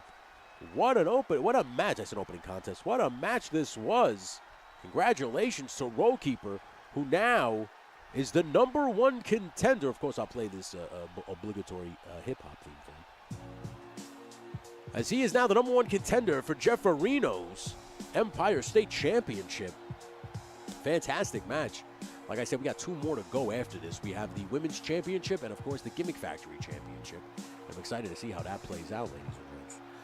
As Abby the Snake Cobra paid me off to stay home, take the night off. Of course, I have a migraine. And I really didn't feel like wrestling because my head was killing me.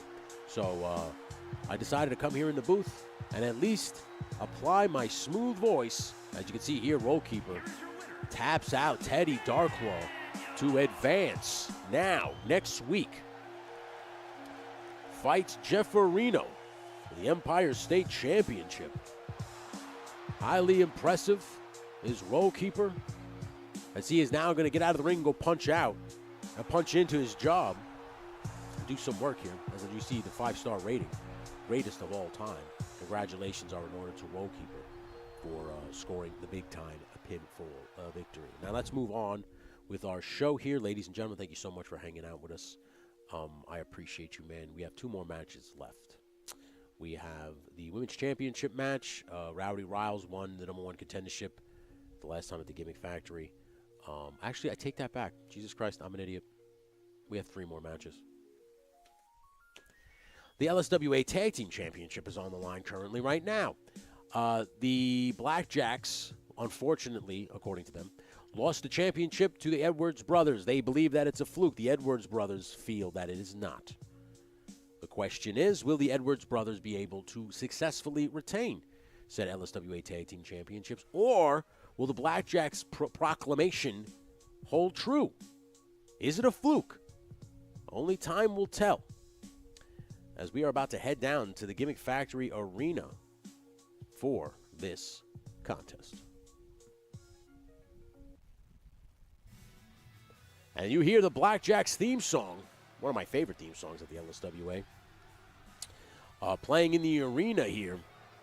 And they are going to make their way to the ring for an opportunity to win back the championship. They feel that was a fluke or a fluke loss. At least you heard Maximilian Tucker last week in the chat when it went down.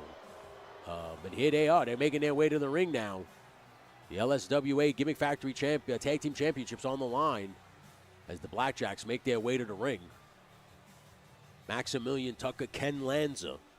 Of course, Maximilian Tucker attached to the Figure Fight Club. You can catch Maximilian Tucker every Tuesday. You can catch Maximilian Tucker on his own YouTube channel where he goes live and he draws. And that young man has a voice as smooth as silk. I love that. He's a Southern gentleman. And, of course, you can catch him on Tuesdays on the open mics on the Figure Fight Club, and on Fridays when Abi and Talib. Of course, you can catch Talib every Monday on the Figure Fight Club with the Decepticast. These guys are all over the place. You can catch them on all the channels. You can catch them supporting people in the chat rooms.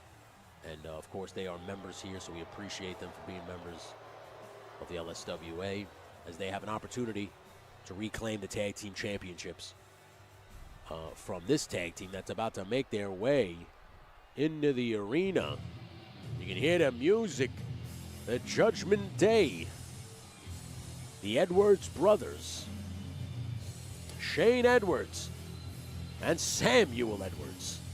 Both men known for their chill-out ways. Look at this right now. They look more focused than ever as Shane Edwards wearing the mask of the King of Death. And, of course, Samuel Edwards, the Vibe Master, heading to the ring with their tag team champion. They look damn good on your guys' waist, let me tell you. Those championship belts look damn good around the waist of Samuel Edwards and Shane Edwards as they head to the ring, slow and methodical, to defend their crown. As they are trying to prove that this isn't a fluke, that they were able to do this because they're talented and they have the ability to become the champion and hold the championships. Now, here's the thing. A lot of people think the hardest part is to become the champion. It's really not. Becoming a champion is pretty easy. You just put the work in. The hard part is defending said championship. The hard part is making them believe that they put the stock in the right person or people. And Shane Edwards and Sam Edwards want people to believe that they did put the stock in the right tag team. The question is, can they prove that tonight? Now, I think they can. I know Shane Edwards. I know he's a fighter. I know Samuel Edwards. I know he's a fighter. But I also know the Blackjacks, and I know that they don't play no games neither. So this is going to be one hell of a match to crown new tag team champions. And let's get to Shane Fair for the big match introductions. The following is a tag team match set for one fall and is for the Action Championship. Introducing the challengers at a combined weight of 636 pounds, the Monster Max and the Terror Ken Lanza. As you can see, the Blackjacks look focused. They look ready to go. Not impressed at all with Shane and Sam Edwards. At a combined weight of 497 pounds, Shane Edwards and Samuel Edwards. Shane Edwards and Sam Edwards ready. They look, like I said, they look focused. They know no game, no nonsense. As you know, Sam Edwards usually dances to the ring, the vibe master he's known. Shane Edwards as well, known as a gentleman who, while lighthearted, will still kick your ass if needed. So they don't take kindly to the fact that the Blackjack said that this is a fluke. They don't think it was a fluke. They think that they earned the championship that they got. And now Maximilian Tucker will start out with Shane Edwards here. The bell rings. John Steele, your referee here. There's no more. What a line by Maximilian. Holy crap, levels him. Listen, I'm impressed with the Blackjacks. I know the Blackjacks are involved in the WCW brand. Both of these guys, both of these teams are on the WCW brand. And I tend not to watch the WCW product because I'm on the Raw brand. But that being said, I get to see these guys when they come to the Gimmick Factory, and I like what I see. So if either one of these guys made their way to the Raw roster, I mean, I know I would welcome them with open arms. Because that means we just took them from WCW. As look at this now, getting some tag team maneuvers here from the Edwards brothers. Look at this now, hitting those ropes. Nice head double headbutt by the Edwards brothers. Little meeting of the minds. I don't think Maximilian Tucker appreciated that. That was non-consensual meeting of the minds, if you will, as he kicks him right off. An Irish whip into the corner now. Oh, nice big elbow by Shane Edwards. Like I said before, Rada, the Witch Doctor, and of course Nico Tronis both have the week off because of that insane last man standing match at the Gimmick Factory last week. So I was in the locker room, saw what was going on, and I remember all the general managers agreeing right then and there that Nico and Rada needed a break from the Gimmick Factory. And most of the locker room was like, yeah, you can't overwork those guys. And here we go. Irish whip into the corner. Now Ken's Toys might be in no man's land. Nice maneuver. These guys work together. I mean, they are brothers. Shane and Sam, they are brothers. As you are now going to see a big pile driver right on it. Ken lands. I think these two boys, they might be fired up. And a little, and I said, I don't think they took too kindly to the fact that Ken Lanza, a.k.a. Ken's Toys, and Maximilian Tucker were laying claim that this was a fluke win, that this wasn't, shouldn't have been sanctioned. It should have been an exhibition. They weren't ready. You know, the obligatory heel thing. I've said that fucking excuse 1,000 times. But the bottom line is Shane Edwards and Sam Edwards were the better team that night. They were able to capture the championship. The question is, can they hold the championship? Because it's going to be a steady stream of tag teams coming at you every single week, wanting to take what you got. And Sam Edwards went for it all but missed it as Max Tucker now got him right where he wants him with that drop kick. But we appreciate you guys. Now look at this, now tosses him and bounces. Samuel Edwards off the canvas. I appreciate you guys. If you haven't hit that like button, please do. If you guys want LSWA t-shirts, just check below the comment section, right above the comment section. We have LSWA merch as well. So if you want to rep the merch, we appreciate you. Any way you want to represent a Legend Series channel, whether it's a Legend Series shirt, a Legend Series Wrestling Alliance shirt. I got a couple more shirts coming up the pike. I like designing shirts because I was into wrestling. I'm obviously a wrestler, so I know all that stuff. I'll be doing more of that. I appreciate all you guys for all the support as always. And thank you guys for hanging out with me on this Sunday afternoon. I hope you're having a good time as much as I love doing this. So thank you guys. As we are seeing another tag team here from the Blackjacks. Irish whip off the ropes. And a back body drop. Dumps Sam Edwards right on to the canvas. As I said before, if you are a member and your membership lapse, please consider rejoining, as if you don't, you will then fall in the shuffle. I don't want to do that, but I cannot. The people who are paying, they deserve to be in the storyline-based stuff. So a nice double axe handle by Maximilian drops Samuel Edwards. And wait a minute now. Shane now able to break that up just in time. That could have been the end of his tag team championship. So nice senton by Maximilian Tucker. Beautiful maneuver there. As now Max goes to the top and goes for a splash but misses. Luckily Sam Edwards had enough left in the tank to see that coming and was able to get out of the way. As now Tucker gets Irish whipped into the corner. And Sam now going to try to make the tag. No, can't do it in time as Max, as you can see the scar, the surgically repaired back to Max Tucker. A nice sidewalk slam as he drops down. So now big time tag to Shane Edwards. As now, look at this now.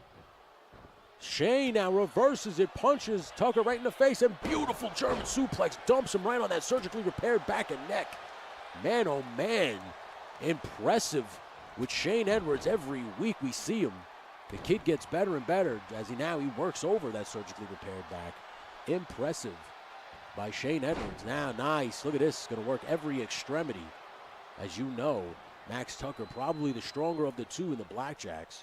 So you want to work the big man over here. Nice maneuver there by Shane Edwards, who now is going to stomp a motor hole in his ass and walk it dry.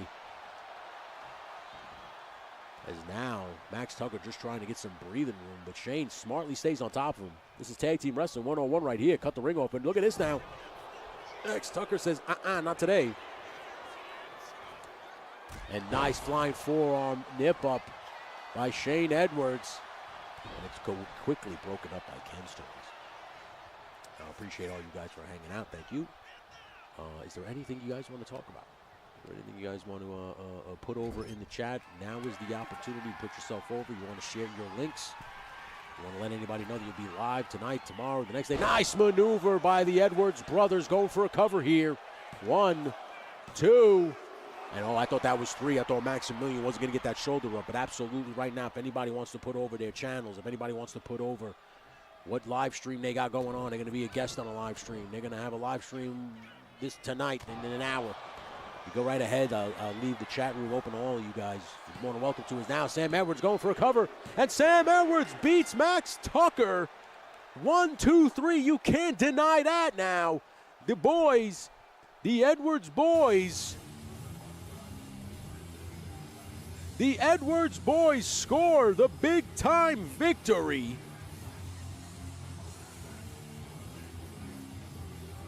As Max Tucker, I mean, look at this. The Edwards brothers now working in unison. Now that they got the tag team championships, these guys now, they're firing all cylinders. This is what they needed now. They are here to stay. This was the proof in the pudding right here. They were able to knock off the Blackjacks and then retain on the rematch here. As you can see, Max Tucker dropping all his weight on Sam Edwards. So that was going to be it right there. But these guys, the Edwards brothers, they are focused now that they are the LSWA Tag Team Champions.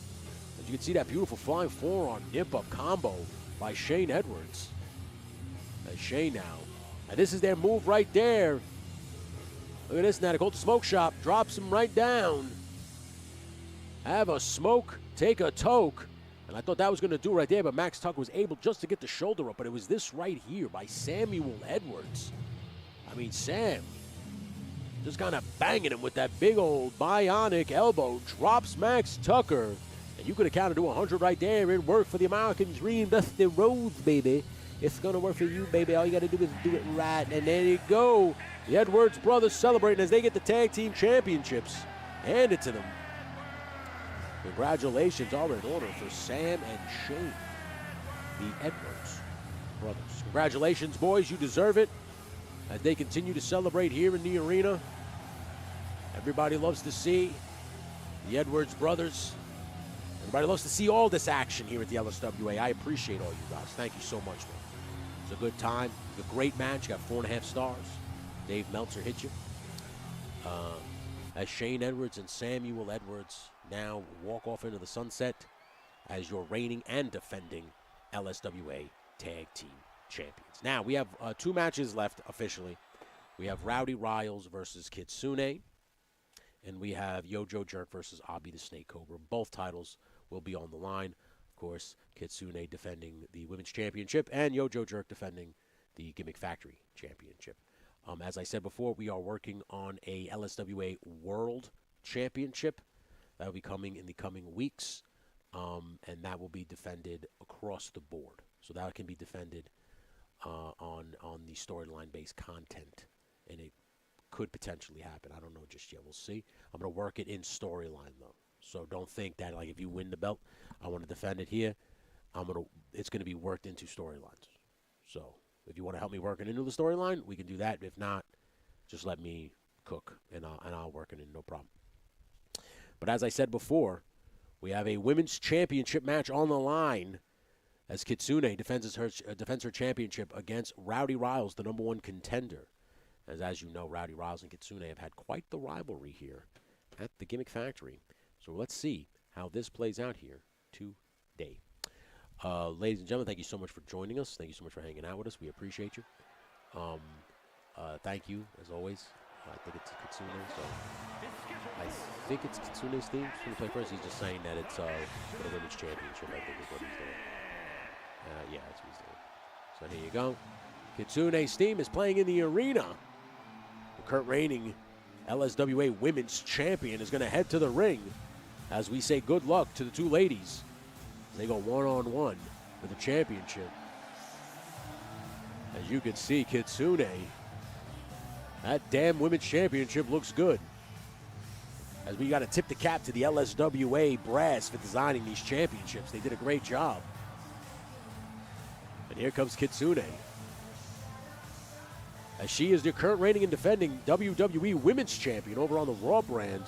And she is the LSWA Women's Champion right now here at the Gimmick Factory. But as you saw already, Justin Booth reclaimed his LSWA No Limits Championship. Jeff Farino claimed the Empire State Championship. And of course, the Edwards brothers were able to retain. The question is, can Kitsune retain? Or are we going to see a third championship change hands? We'll see. But ladies and gentlemen, I appreciate this. All right, Shane, take it easy, bud. And here we go. Kitsune.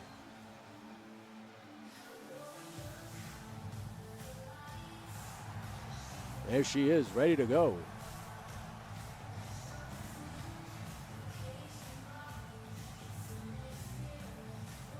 Everybody knows Kitsune and Rowdy Riles have had their problems. And here's Rowdy Riles' theme song playing in the arena. And here she comes. The number one contender survived a fatal four-way a couple weeks ago, or last week, to earn this shot. And the question is she going to be able to grab the brass ring as she did on WCW, as she knocked off Elantra Blaze and became the WCW Women's Champion? And Rowdy Riles is in the house, ready to go. As now this rivalry reignited here at the Gimmick Factory. As Rowdy Riles and Kitsune do battle again one-on-one. This time for the coveted LSWA Women's Championship, as you can see right there on the screen. And of course, we will go to the mid-match introductions, one courtesy of Shane Fair. Now, here's my question. I was going to do this thing where I was going to have my friend, the actual ring announcer of all the Indies on the East Coast, Shane Fair, actually announce you guys. And I would pop it in when you see this. So when we see big match introductions, I just have to have him do everybody's name. I just got to figure out how much he's going to charge me and how much, and how, like, what time we can do that. As you can see, Kitsune now about to raise her championship. Look at that now, flips right over. Kitsune ready to go. Ladies and gentlemen, I hope you are ready to see this match. Good luck to the competitors. Good luck to the participants involved, as we have this, and then we have the main event. Jojo Jerk defends the Gimmick Factory Championship against one Abi the Snake Cobra. This, of course, is your co-main event for the Women's Championship. Kitsune versus Rowdy Riles. Rowdy Riles going for a quick schoolgirl pin here, but a kick out by Kitsune.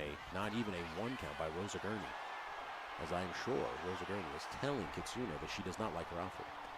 And wait a minute now, Kitsune is locked up in here in what looks like a waist lock. Trying to get to those ropes, it seems, but Rowdy Riles holding it in tight now. Rowdy drops her down in a headlock takeover. And now has got her in the headlock here. A little chain wrestling for you on Sunday afternoon slam from the ladies here. As they exchange some maneuvers here as Kitsune continued to be in this deep lock, a headlock here. Wait a minute now, Kitsune trying to work her way back up to her feet. As now it's still locked in by Rowdy Riles, but no, Kitsune now finally getting the better of her and putting it into a key lock or a wrist lock, if you will, a top wrist lock. As she now going to drop her down back first, drops her on her head as Kitsune wants to keep the championship. Will do dirty-handed tactics. As you know, she is my lady. And of course, I have taught Kitsune the ways of the dirty fighter. Of course you're going to cheat. As long as they don't see, it doesn't matter. Anyway, but now back locked in. Now look at this. Kitsune drops her right down and now puts on a deep headlock over her own here. Locking it in nice and tight as Kitsune is going to not let Rowdy try to get the best of her, but Rowdy might be the stronger of the two here. As Rowdy now back up to a vertical base here. And now going to do a little bit of a hammer lock, key lock of her own here. Might just trip her up, maybe drop her on her skull. A little bit of good for the goose is good for the gander, if you will. But no, Kitsune turns it right into a hammer lock. Look at the chain wrestling right now. I can't stand chain wrestling. Let me just, since we're in the booth, I'm going to share some secret times. I can't stand chain wrestling. But, and there we go. Nice snap mirror into a headlock by Kitsune. Obviously, these two ladies trying to out-wrestle each other, trying to outwit each other, as now Kitsune locking it in real tight. Trying to go for a submission early here. But man, oh man, now nice reversal into a hammer lock. Rowdy Riles got Kitsune, he got a deep hammer lock here. Can Kitsune get out of it as the chain wrestling continues here? Didn't think it was going to get this scientific, but hey man, anything can happen here at the LSWA. And if you think scientifics is going to be the way to the championship, then take all the scientifics you can as she trips Kitsune and drops her face first. As now Kitsune trying to make a comeback here. And wait a minute now, Kitsune locks up. And now finally the chain wrestling holds have been broken. Now Kitsune tried to go for what looked like a fireman's carry. But Rowdy now broken out of it. Now Rowdy, nice leapfrog right over. And beautiful spine buster executed. Not too happy about that, babe. You got to get up, Kitsune. Can't take those spine buster maneuvers. As now, wait a minute, they're locking in the Yankee Lobster. Of course, if you're from New York, you call it the Yankee Lobster. If you're from Boston, it's the Boston Crab. Now, of course, if you're a wrestling enthusiast, it's a Boston Crab. But some people from New York can't stomach saying Boston. I am not one of those people. I just tend to call it the Yankee Lobster because I think it's funny. Nice maneuver by Kitsune, dropping Rowdy Riles face first, but Rowdy quickly reverses that pin now, and Rowdy Riles now going to go for what looked like a choke slam. But Kitsune is able to break out of that. Nice DDT by Kitsune. Man, oh man, I taught her well. Here we go, 1, 2, and a kick out by Rowdy Riles. And now Kitsune mouthing off to referee Rosa Gurney. A nice shooting star press, standing shooting star, 1, 2. And Rowdy Riles kicks out again, and Kitsune visibly frustrated. But babe, don't get frustrated. It's going to be okay. Just stick to your game, which you've been doing so far, and it's not too bad. And here we go, Irish whip now. And beautiful slice bread, number 2 by Kitsune. I taught her that move myself. And here we go, 1, 2, and Kitsune thought it was 3, but it is not. Rowdy just got the shoulder up again. I haven't seen two competitors evenly matched like Kitsune and Rowdy Riles since the Gimmick Factory's inception here now. This rivalry has been fantastic. What a maneuver by Kitsune, putting Riles down. As now Riles in some serious trouble as Kitsune has mounted the full offensive on her. And now it looks like she's going to go for a submission. Kitsune not known for the submission. She's going for the single leg crab. Of course, it's just a modified Boston Crab. But now Kitsune might be worried now. Is Rowdy now trying to reverse it here? And look at this now. Kitsune, whoa! As quick as a hiccup, the whirly bird puts down Riles. And now setting up here What is she going to do here? She's going to hit it with that maneuver. So head first, right down to the canvas.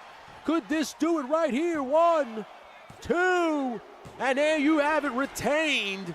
Kitsune, still your women's champion. Highly impressive with that match. Right there, your co-main event, Kitsune and Rowdy Riles. Rowdy put it on her at the beginning there. Might have had it with the chain wrestle. Maybe should have stayed with the Scientifics. Because once it went to the air, that's where Rowdy Riles could not keep up with Kitsune. As you saw right there, that standing shooting star press. As well as right here, this slice bread maneuver. Kitsune, as I said before, very fast, and she is actually like this. This isn't like just something we imagine. She is quicker than a hiccup. But as you know, something tells me that this is far from done between Rowdy Riles and Kitsune. As, of course, we will have another #1 contenders match next week with some of the ladies, so Kitsune can continue to battle it out, although we won't know what happens next week as I book the shows literally Sunday morning. But here we go now. This was the maneuver right here that did it. I am highly impressed with my lady love, and she will be joining me in the booth at some point when the show is done, too, so we can pop open the bubbly and celebrate her victory. Here is your winner. As you can see right there, Kitsune, and I could play Kitsune's theme, and maybe I will. As you go right there, but it's not going to matter. She is celebrating her victory. We have a main event match that's has a lot of people buzzing, if you will. A lot of people buzzing. A lot of people wondering why. A lot of people wondering why I gave up my spot. Well, here is why. Abby the Snake Cobra came to the building this morning, pulled me off to the side along with Nick Aldis and Adam Pearce, and said, listen, man, as Kitsune makes her way to the back area, he said, listen, I never really, I feel like I never really got a true rematch for my championship. Now, I don't know if that's true or not. I don't really care. But he said to me, what do you think? Do you think that maybe I can persuade you to maybe take the night off? And I looked at Nick Aldis and I looked at Adam Pearce, and I said, the only way that'll happen is if you have a lot of money in your wallet, and these two dipshits give me Bret Hart one-on-one this week on Monday Night Raw for the WWF Championship. Nick Aldis immediately pulled out his little cell phone. No way, man, make a phone call to Bret with his stupid British accent. I said, go over there and do it right now, bum. And he did. And Bret Hart happily obliged, because Bret Hart says, and I quote in his stupid Canadian accent, oh, don't worry, I'll take him to the woodshed finally and shut his mouth once and for all. Well, good, Bret Hart. I hope you think you're going to do that. So this week, on the storyline-based content, I get my one-on-one opportunity for the WWF Championship against Bret the Hitman Hart. Only rightfully so after I pinned him 1, 2, 3 in that tag match when he brought in that no-good Owen Hart. That's fine. So I said to Abby, how much money you got in your pocket? And Abby pulled out quite the stack. And I said, that'll do, pig. That'll do.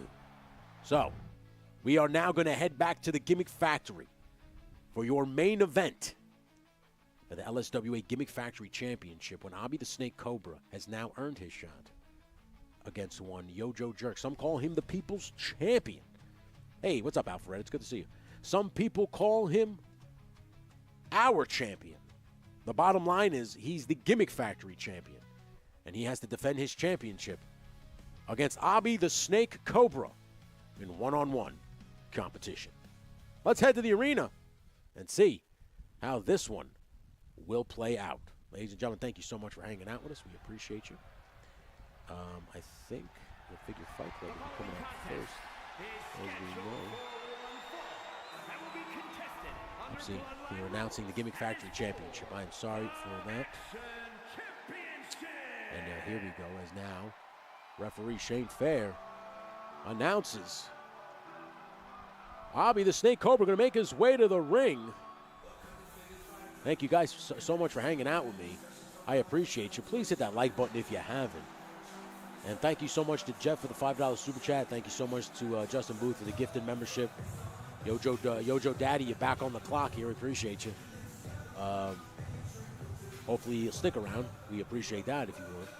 But as Abby makes his way to the ring, look at this confidence boosting Let me tell you something. I'm going to take that money, and me and my lovely wife, the current reigning and defending LSWA Women's Champion, we're going to go to Red Lobster and have ourselves all-you-can-eat scrimp.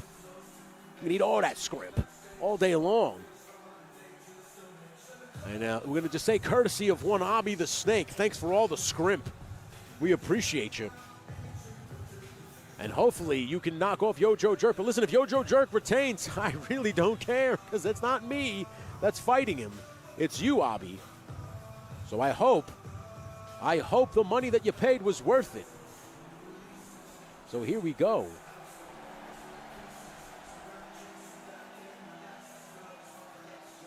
As Abby the Snake Cobra is now in your main event against Yojo Jerk. And he's ready to go. I am highly impressed with one. And wait a minute, ladies and gentlemen, you know that theme song. One half of the Mega Powers. You can catch Yojo Jerk every Monday and Thursday over on his channel. With Monday Night Raw, and Thursday Night Thunder, and every now and again on Saturdays, it seems, when he's got a little special, something for his members or his people. We appreciate you as he's in the arena right now. Your current reigning and defending Gimmick Factory champion. Oh, the fireworks go off here at the Gimmick Factory. Congratulations. I think Alpha Red, you were in the opening contest. You didn't get pinned. It was a multiple-man match, but you were on the losing end of it, unfortunately. The number one contender for the LSWA No Limits Championship is Paulie Pepperjack. As Jerk in the house, ready to go. The Gimmick Factory Championship on the line. And there he is.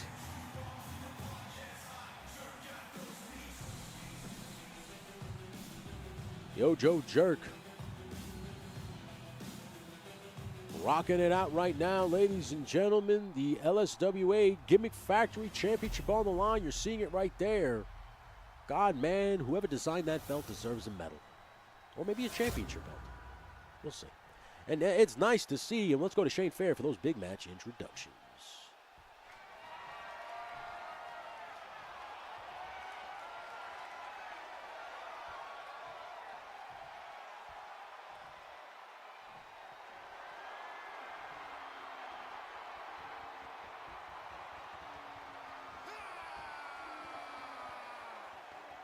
Yojo Jerk, this crowd loves him.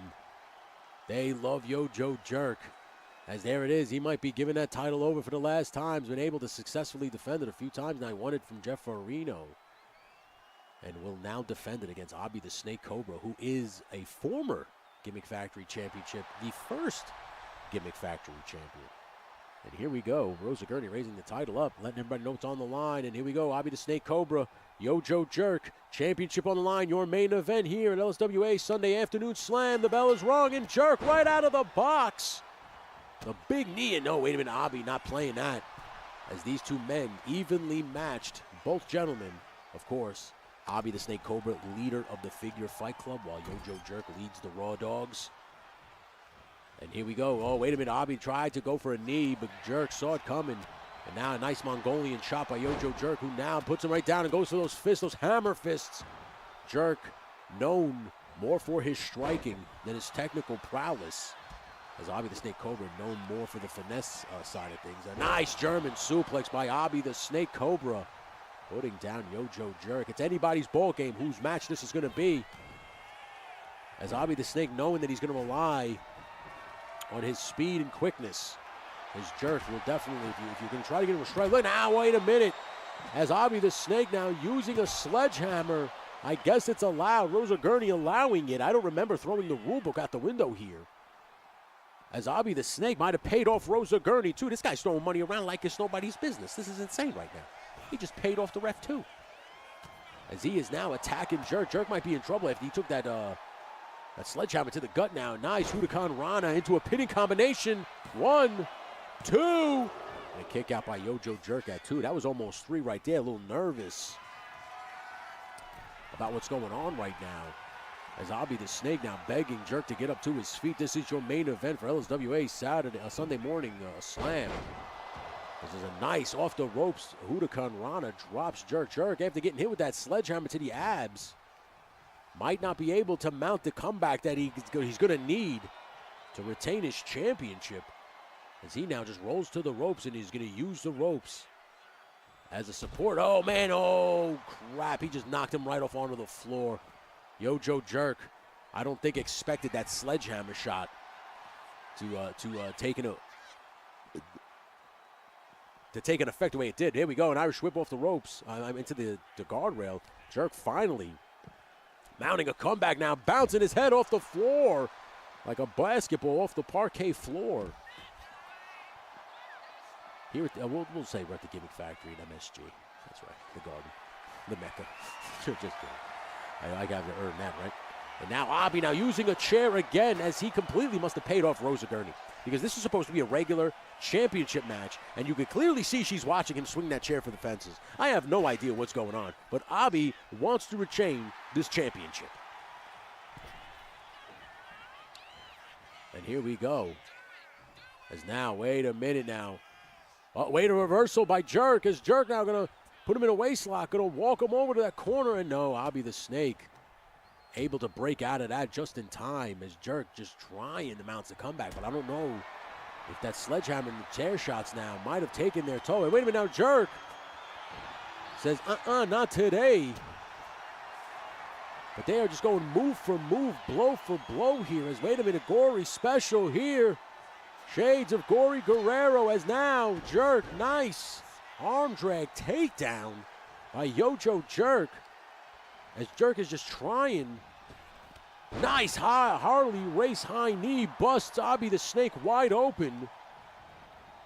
If your head collides with anybody's knee, I don't care who you are, that's going to knock you for a loop. As wait a minute, twist of fate maneuver, going for a cover. Abi, 1, 2.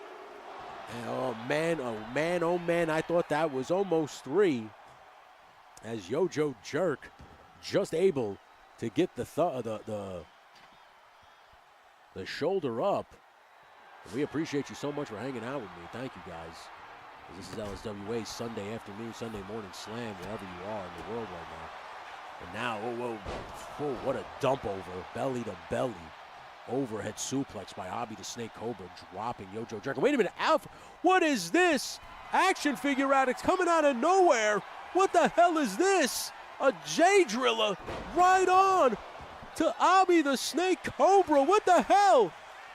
1, 2, and Abi just kicked out. What is this going on? As Alpha 112 now helping Yojo Jerk. And wait a minute, Alpha Red, as you saw him earlier today in the match, now going to make his way out. I am being told that this is Bloodline rules. That is why these guys are coming out. As now, Alpha Red and Alpha both in a match earlier today, now both coming out to help their respective teammates out, as I didn't expect Jerk and Alpha to have a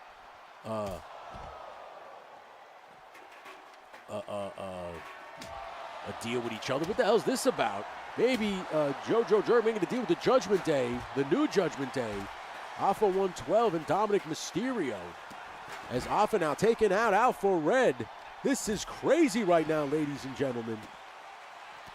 Another Harley race high knee to Abi the Snake Cobra, as now Jerk looking for a bat. Oh man, he's going to work him over. Oh man, he's working over Abi the Snake. This is what he needed. This is the opportunity Jerk needed in order to get the advantage here, as Alpha Red now getting into the ring, and Yojo Jerk now focuses his attention, continues his attention on Abi the Snake.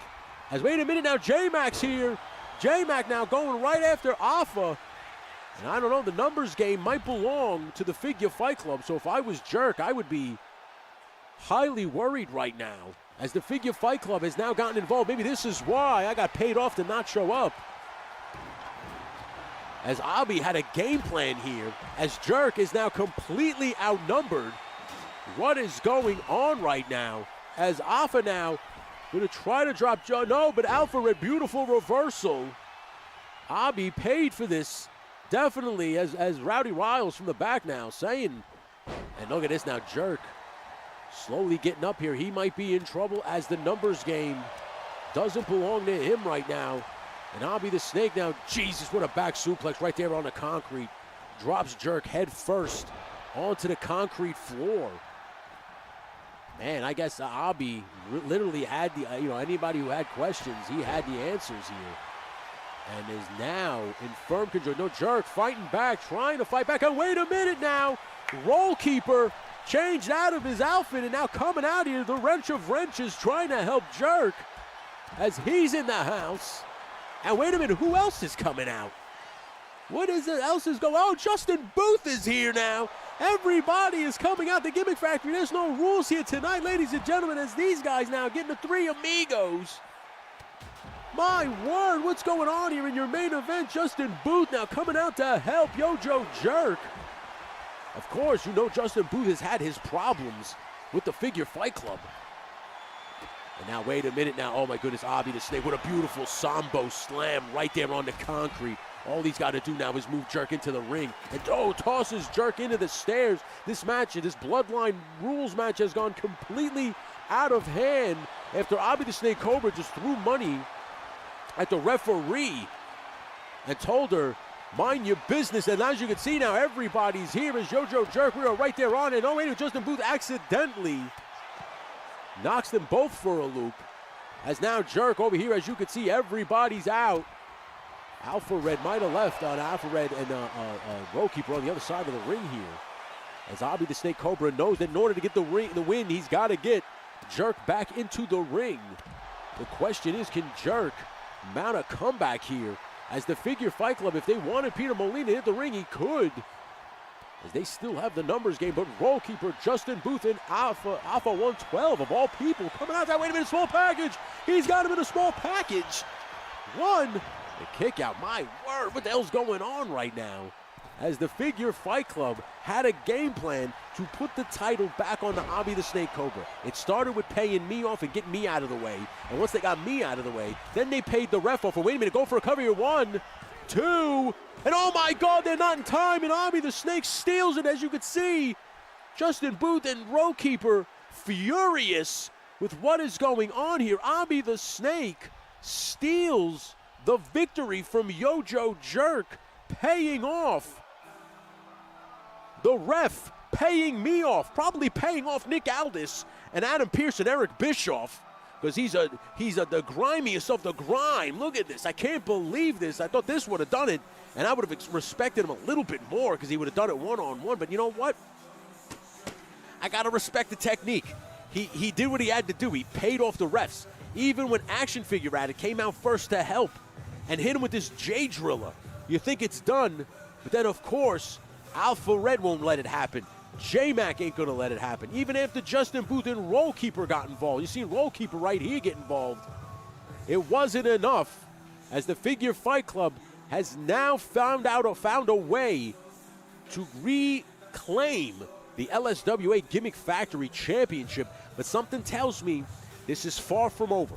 Something tells me Yojo Jerk's got some kind of game plan. I mean, I didn't expect Justin Booth, Roll Keeper, and of all people, Action Figure Addict, to come out to help him as they are celebrating. I don't know why Macho Man is there.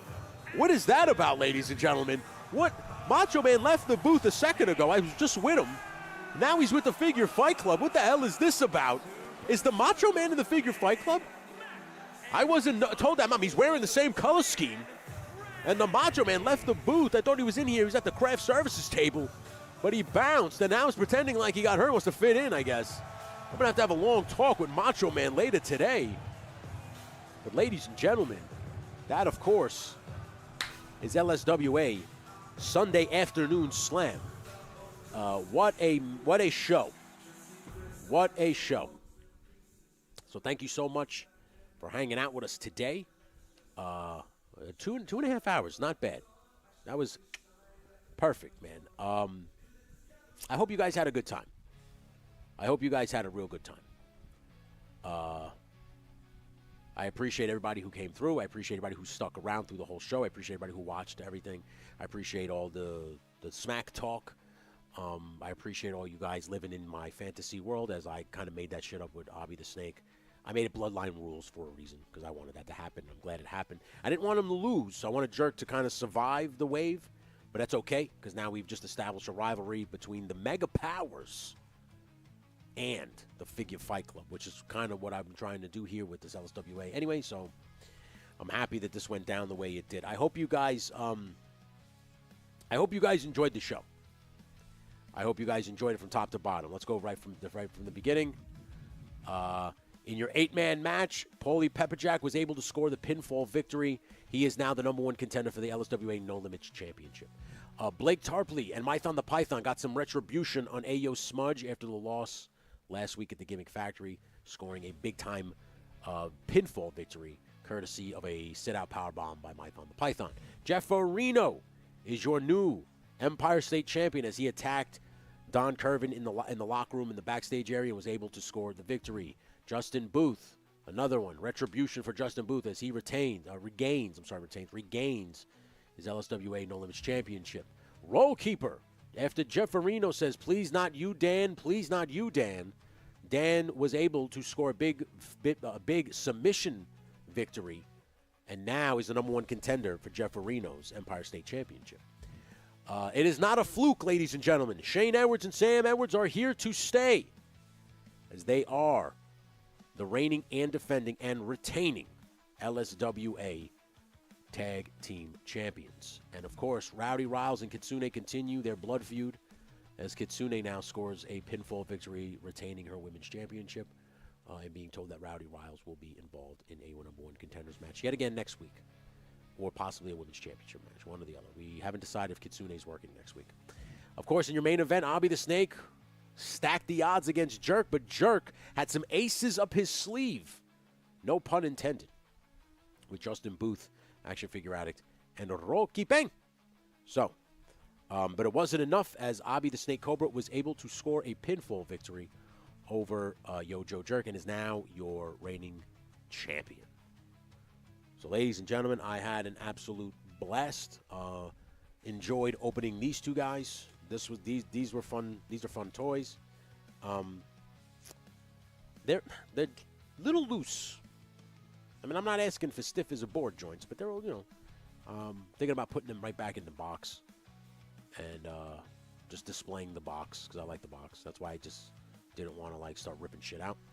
But LOD is now officially in my collection. I'm very happy to have that, as they are one of my favorite tag teams. Right up there with the Dudley Boys, Demolition, and the New Age Outlaws. I love the New Age Outlaws. So thank you guys so much for hanging out with me. Have a great rest of your Sunday afternoon. Tonight, of course, you have Hella Dope Toys, and then you have, $10 super chat from Alfred. Thank you so much, man. Oh, thank you so much, dude. I appreciate you, man. Thank you, Alfred. And again, thank you everybody who gave something at Jeff, the $5 super chat, the gifted membership from Justin Booth. Thank you guys, man. I appreciate you. You have no idea what it means. So, tonight, the Mega Power Boys, Yojo Jerk and Gaines, will be on Ayo Frankie's show on Ayo Frankie's channel at 9:30 tonight. So please make sure you go over there and check that shit out, because that's always good. I appreciate you guys. I really do. If you're a member, you'll see me Wednesday on the Wake and Bake. If not, I will see you Wednesday night on JMK's channel for his custom thing, when we are I don't know if it's called this Two Silly Gooses or if it's just still his custom thing. I don't know. But I will be a regular now on his every Wednesday, and I think his father will be the fill-in. So we kind of just switched it. So I'm excited for that. Thank you, Mikey, for the opportunity. I appreciate you. If it's called the Two Silly Gooses, I love it. If not, I still love it. I don't give a fuck. I'm just happy to be a part of the team. I really am. So thank you so much, man. Thank you, guys. Have a great fucking afternoon. Have a great day. Get out there, play with your toys, take some pictures, or just play with your toys. Either way, don't let the world get to you, man. Remember that. So, for the love of God, stay baked. Deuces. I'll catch you on the flip side.